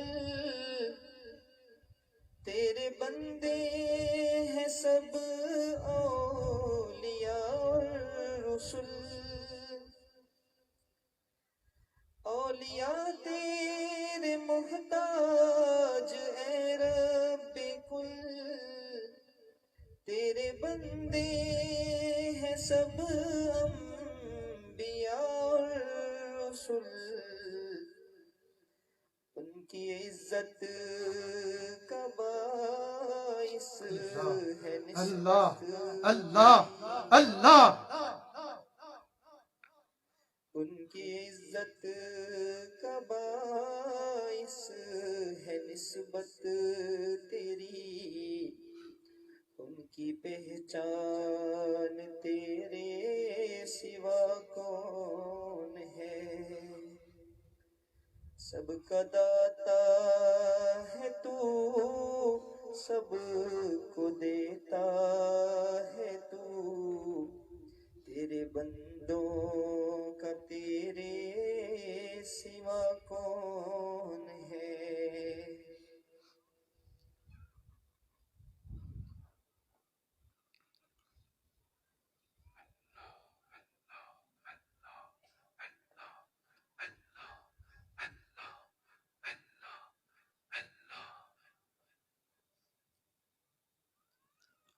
لا الہ الا اللہ محمد رسول اللہ۔ آؤ اللہ سے یاری کی دعا کر لیں، اللہ سے اللہ کی محبت کی دعا کریں، اللہ کے ساتھ تعلق بنانے کے لیے اللہ کی منت کر لیں کہ ہم گندے اور گرے پڑے لوگوں کو اللہ تعالیٰ تقوی کی دولت دے دے اور اپنی دوستی کا تاج ہمیں نصیب فرما دے۔ سبحان ربی العلی العلی الوہاب، اللہم صلی علی سیدنا محمد وعلی آل سیدنا محمد مبارک وسلم۔ ربنا ظلمنا انفسنا وإن لم تغفر لنا وترحمنا لنكونن من الخاسرین۔ اللہ ہم تیرے عاجز مسکین محتاج فقیر گناہگار بندے ہیں، ہمارے گناہوں کو معاف فرما، ہماری خطاؤں سے درگزر فرما، ہمارے عیبوں پر پردہ پوشی فرما، زندگی کی پچھلی تمام خطائیں لغزشیں معاف فرما۔ اللہ گناہ کر کر کے تنگ آ گئے ہیں، گناہ کر کر کے ذلیل ہو گئے ہیں، گناہ کر کر کے ہم برباد ہو گئے ہیں، گناہوں نے نہ ہمیں دنیا کا چھوڑا نہ آخرت کا چھوڑا۔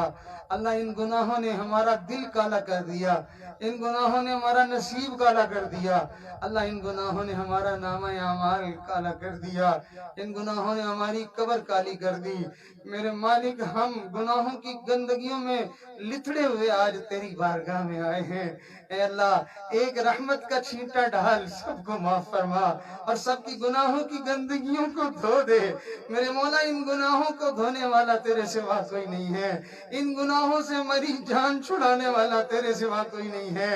اللہ، ان گناہوں کی گندگیوں سے ہمیں نجات دلانے والا تیرے سوا کوئی نہیں ہے۔ میرے مالک، مہربانی فرما دیجئے۔ اے اللہ، بچہ ماں کی نافرمانی کرے تو اس کا معاملہ ماں کے ساتھ ہی ہوتا ہے۔ اللہ، ماں اس کو درگزر کر دے، معاف کر دے، کوئی پوچھنے والا تو نہیں ہوتا، وہ تو ماں بیٹے کا معاملہ ہوتا ہے، کوئی درمیان میں دخیل تو نہیں ہو سکتا۔ اللہ بندہ رب کی نافرمانی کرے وہ تو بندے اور رب کا معاملہ ہے، اللہ کوئی درمیان میں دخیل تو نہیں ہو سکتا۔ ربا معاف کر دے، تیرے بندے ہیں اور تجھ سے بڑی امیدیں لے کے آئے ہیں، گناہوں سے نجات چاہتے ہیں، گناہوں سے چھٹکارا چاہتے ہیں، گندے بن کر زندگی نہیں گزارنا چاہتے، شیطان کے بندے نہیں بننا چاہتے، تیرے بندے بننا چاہتے ہیں۔ اگر یہ اپنے گناہوں پر مطمئن ہوتے اللہ یہاں نہ آتے، یہ اپنے گناہوں پر مطمئن نہیں ہے، یہ شرمندہ ہے، یہ شرمسار ہے، یہ معافی کے طلبگار ہیں، تبھی تو آئے ہیں کہ میرے مولا ان کو دنیا کی کوئی اور چیز نہیں لے کے آئی، اللہ گناہوں کی ندامت لے آئی ہے، گناہوں کی شرمندگی لے آئی ہے۔ اللہ کوئی جو ہے وہ لاہور سے چلا اور یہاں آ پہنچا، میرے مولا کوئی جو ہے وہ سندھ کے دور دراز کے علاقوں سے چلا اور یہاں آ پہنچا، اللہ دور دراز کا سفر کر کر کے تیرے بندے گرمی کی شدت میں، تکلیف میں اور حالات کی سختی میں، جہاں ایک ایک جو ہے وہ روپیہ لگانا بننے کے لیے مشکل ہوتا ہے، اے اللہ کرائے لگائے اور جو ہے وہ سفر کی مشقت اٹھائی، اللہ گرمی نہ دیکھی، تنگی نہ دیکھی، تھکاوٹ نہ دیکھی، اللہ تجھے منانے یہاں آ پہنچے ہیں، یہ سوچ کر کہ یہاں تیری اولیاء کی نسبت ہے، میرے مولا وہ تیرے ولیوں کی نسبت دیکھ کر یہاں پہنچ گئے، شاید اللہ اپنے ولیوں کے صدقے ہمیں معاف کر دے گا، میرے مالک مہربانی کر دے، رحمت کی نظر فرما دے، اے میرے اللہ یہ تجھے آج منانے آ گئے ہیں، میرے اللہ مان جا میرے مالک مان جا، ہماری زندگی کا مقصد ہی تجھے منانا ہے، خوش قسمت ہے جو تجھے منا گیا، وہ سب کچھ پا گیا، اے اللہ جس نے تجھے نہ منایا وہ برباد ہو گیا، اللہ میں برباد ہونے سے بچا لے، اللہ مہربانی کر دے، میرے مالک کوئی ماں اپنے بیٹے کو برباد ہوتا دیکھ کے کیسے گوارا کرے گی، اللہ آپ تو بندوں سے ماؤں سے بھی 70 گنا زیادہ محبت کرتے ہیں، اللہ کیا آپ پسند کریں گے کہ جن گناہوں میں لتھڑے ہوئے ہم آئے تھے اسی طرح واپس چلے جائیں، اللہ کیا آپ یہ گوارا کریں گے کہ شیطان آج خوش ہو جائے، کیا آپ یہ گوارا کریں گے کہ ہم تیرا نام لیتے لیتے جہنم میں جا پڑیں، میرے مولا مہربانی کر دے، تو اپنے نام کی وجہ سے قیامت کو 40 سال کے لیے مؤخر کرنے کا حکم دے دیتا ہے، یہ سارے گنہگار سہی، ہم سارے بدکار سہی، نام تیرا لینے کے لیے یہاں جمع ہوئے تھے، آئے تھے ذکر کی مجلس ہوگی، آئے تھے تیرے نبی کی بات ہوگی، آئے تھے تیرا نام لیا جائے گا، تیرے نبی کی نعتیں پڑھی جائیں گی، تیرا قرآن پڑھا جائے گا، اللہ جی مہربانی کر دے، اللہ تیرا نام لینے کے بعد کوئی جہنم میں جاتا ہوا اچھا تو نہیں لگتا، مہربانی کر دے، معاف کر دے، راضی ہو جا، اللہ ہم نے بہت گناہ کیے مگر تیری رحمت کے مقابلے میں ہمارے گناہوں کی تو کوئی حیثیت نہیں ہے، اللہ تو اپنی رحمت پہ بڑا ناز کرتا ہے، تو اپنی رحمت پہ بڑا فخر کرتا ہے، اور تو کہتا ہے او بندے تو گناہ کر کر کے زمین اور آسمان کو بھی ڈھانپ دے اور پھر میرے دروازے پہ آ جا، تو معافی مانگ، میں تیرے سارے گناہوں کو معاف کر دوں گا، اللہ تجھے تیری بڑائیوں کا واسطہ، تجھے تیری جو ہے وہ قدر و منزلت کا واسطہ، تجھے تیری عظمتوں کا واسطہ، تجھے تیری کبریائی کا واسطہ، تجھے تیری شان بے نیازی کا واسطہ، ہم مسکینوں پر ترس کر لے، ہم کمزوروں پر رحم کر دے، ہمارے گناہوں نے ہمارا دل پریشان کر رکھا ہے، اللہ ہمارے گناہوں نے ہمارا جینا حرام کر رکھا ہے، اللہ ہمارے گناہوں نے ہماری اولادوں کو نافرمان کر رکھا ہے، اللہ ہمارے گناہوں نے اللہ ہمارا رزق ہم سے دور کر دیا ہے، اللہ رزق کے حصول ہمارے لیے مشکل ہو گیا، میرے اللہ معاف کر دے، مہربانی کر دے، جس طرح تو چاہتا ہے ہمیں ویسا بنا دے، ہم تیرے نافرمان بن کر نہیں جینا چاہتے، ہم تیری نافرمانی سے تیری دھرتی کو گندا نہیں کرنا چاہتے، ہم غلیظ نہیں بننا چاہتے، ہم جہنمی نہیں بننا چاہتے، تیرے نبی کے نافرمان نہیں بننا چاہتے، تو ترس کر لے، ہماری منت مان جا، ہمیں اپنے فرما برداروں میں شامل کر لے، اپنے نبی کے فرما برداروں میں شامل کر لے، میرے مالک گناہوں کی عادت چھڑا میرے مولا، مجھے نیک انسان بنا میرے مولا، جو تجھ کو جو تیرے نبی کو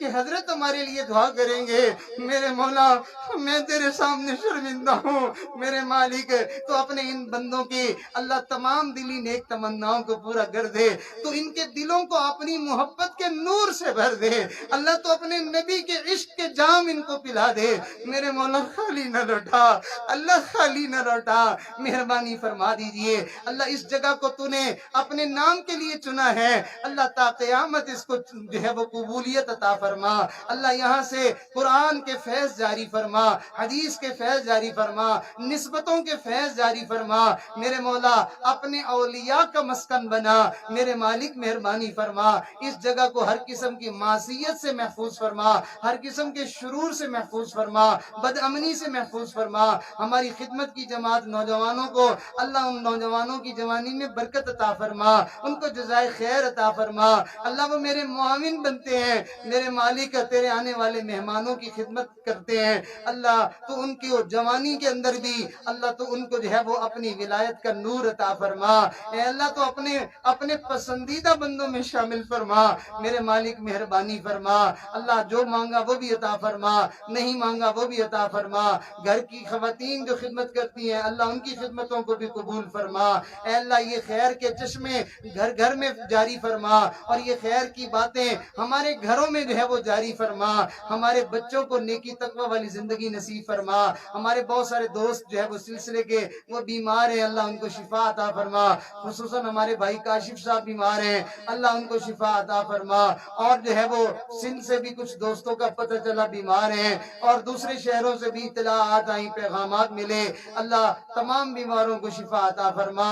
اور جو ہمارے سلسلے کے ساتھی وفات پا گئے اللہ، ان کی مغفرت فرما اللہ۔ ہمارے حضرت جی دامت برکاتہم کو بھی صحت والی، عافیت والی، سلامتی والی زندگی نصیب فرما، اور ان کے فیض سے پوری امت کو نفع عطا فرما، اور ان کے فیض کو دنیا کے کونے کونے میں پہنچا اللہ۔ آپ نے اپنے دوستوں سے ہمیں نسبت دے دی ہے اللہ، آپ نے اپنے ایک برگزیدہ بندے کے ساتھ ہمیں وابستگی عطا فرما دی ہے اللہ۔ نسبت سلامت رکھنا اللہ، نسبت سلامت رکھنا۔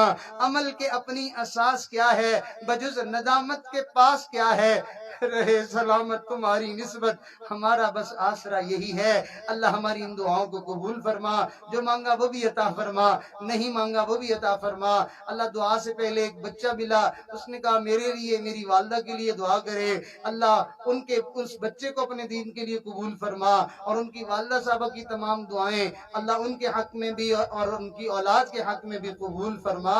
وصلی اللہ تعالی علی حبیب خیر خلقہ سیدنا محمد وعلی آلہ واصحابہ اجمعین، آمین برحمتک یا ارحم الراحمین۔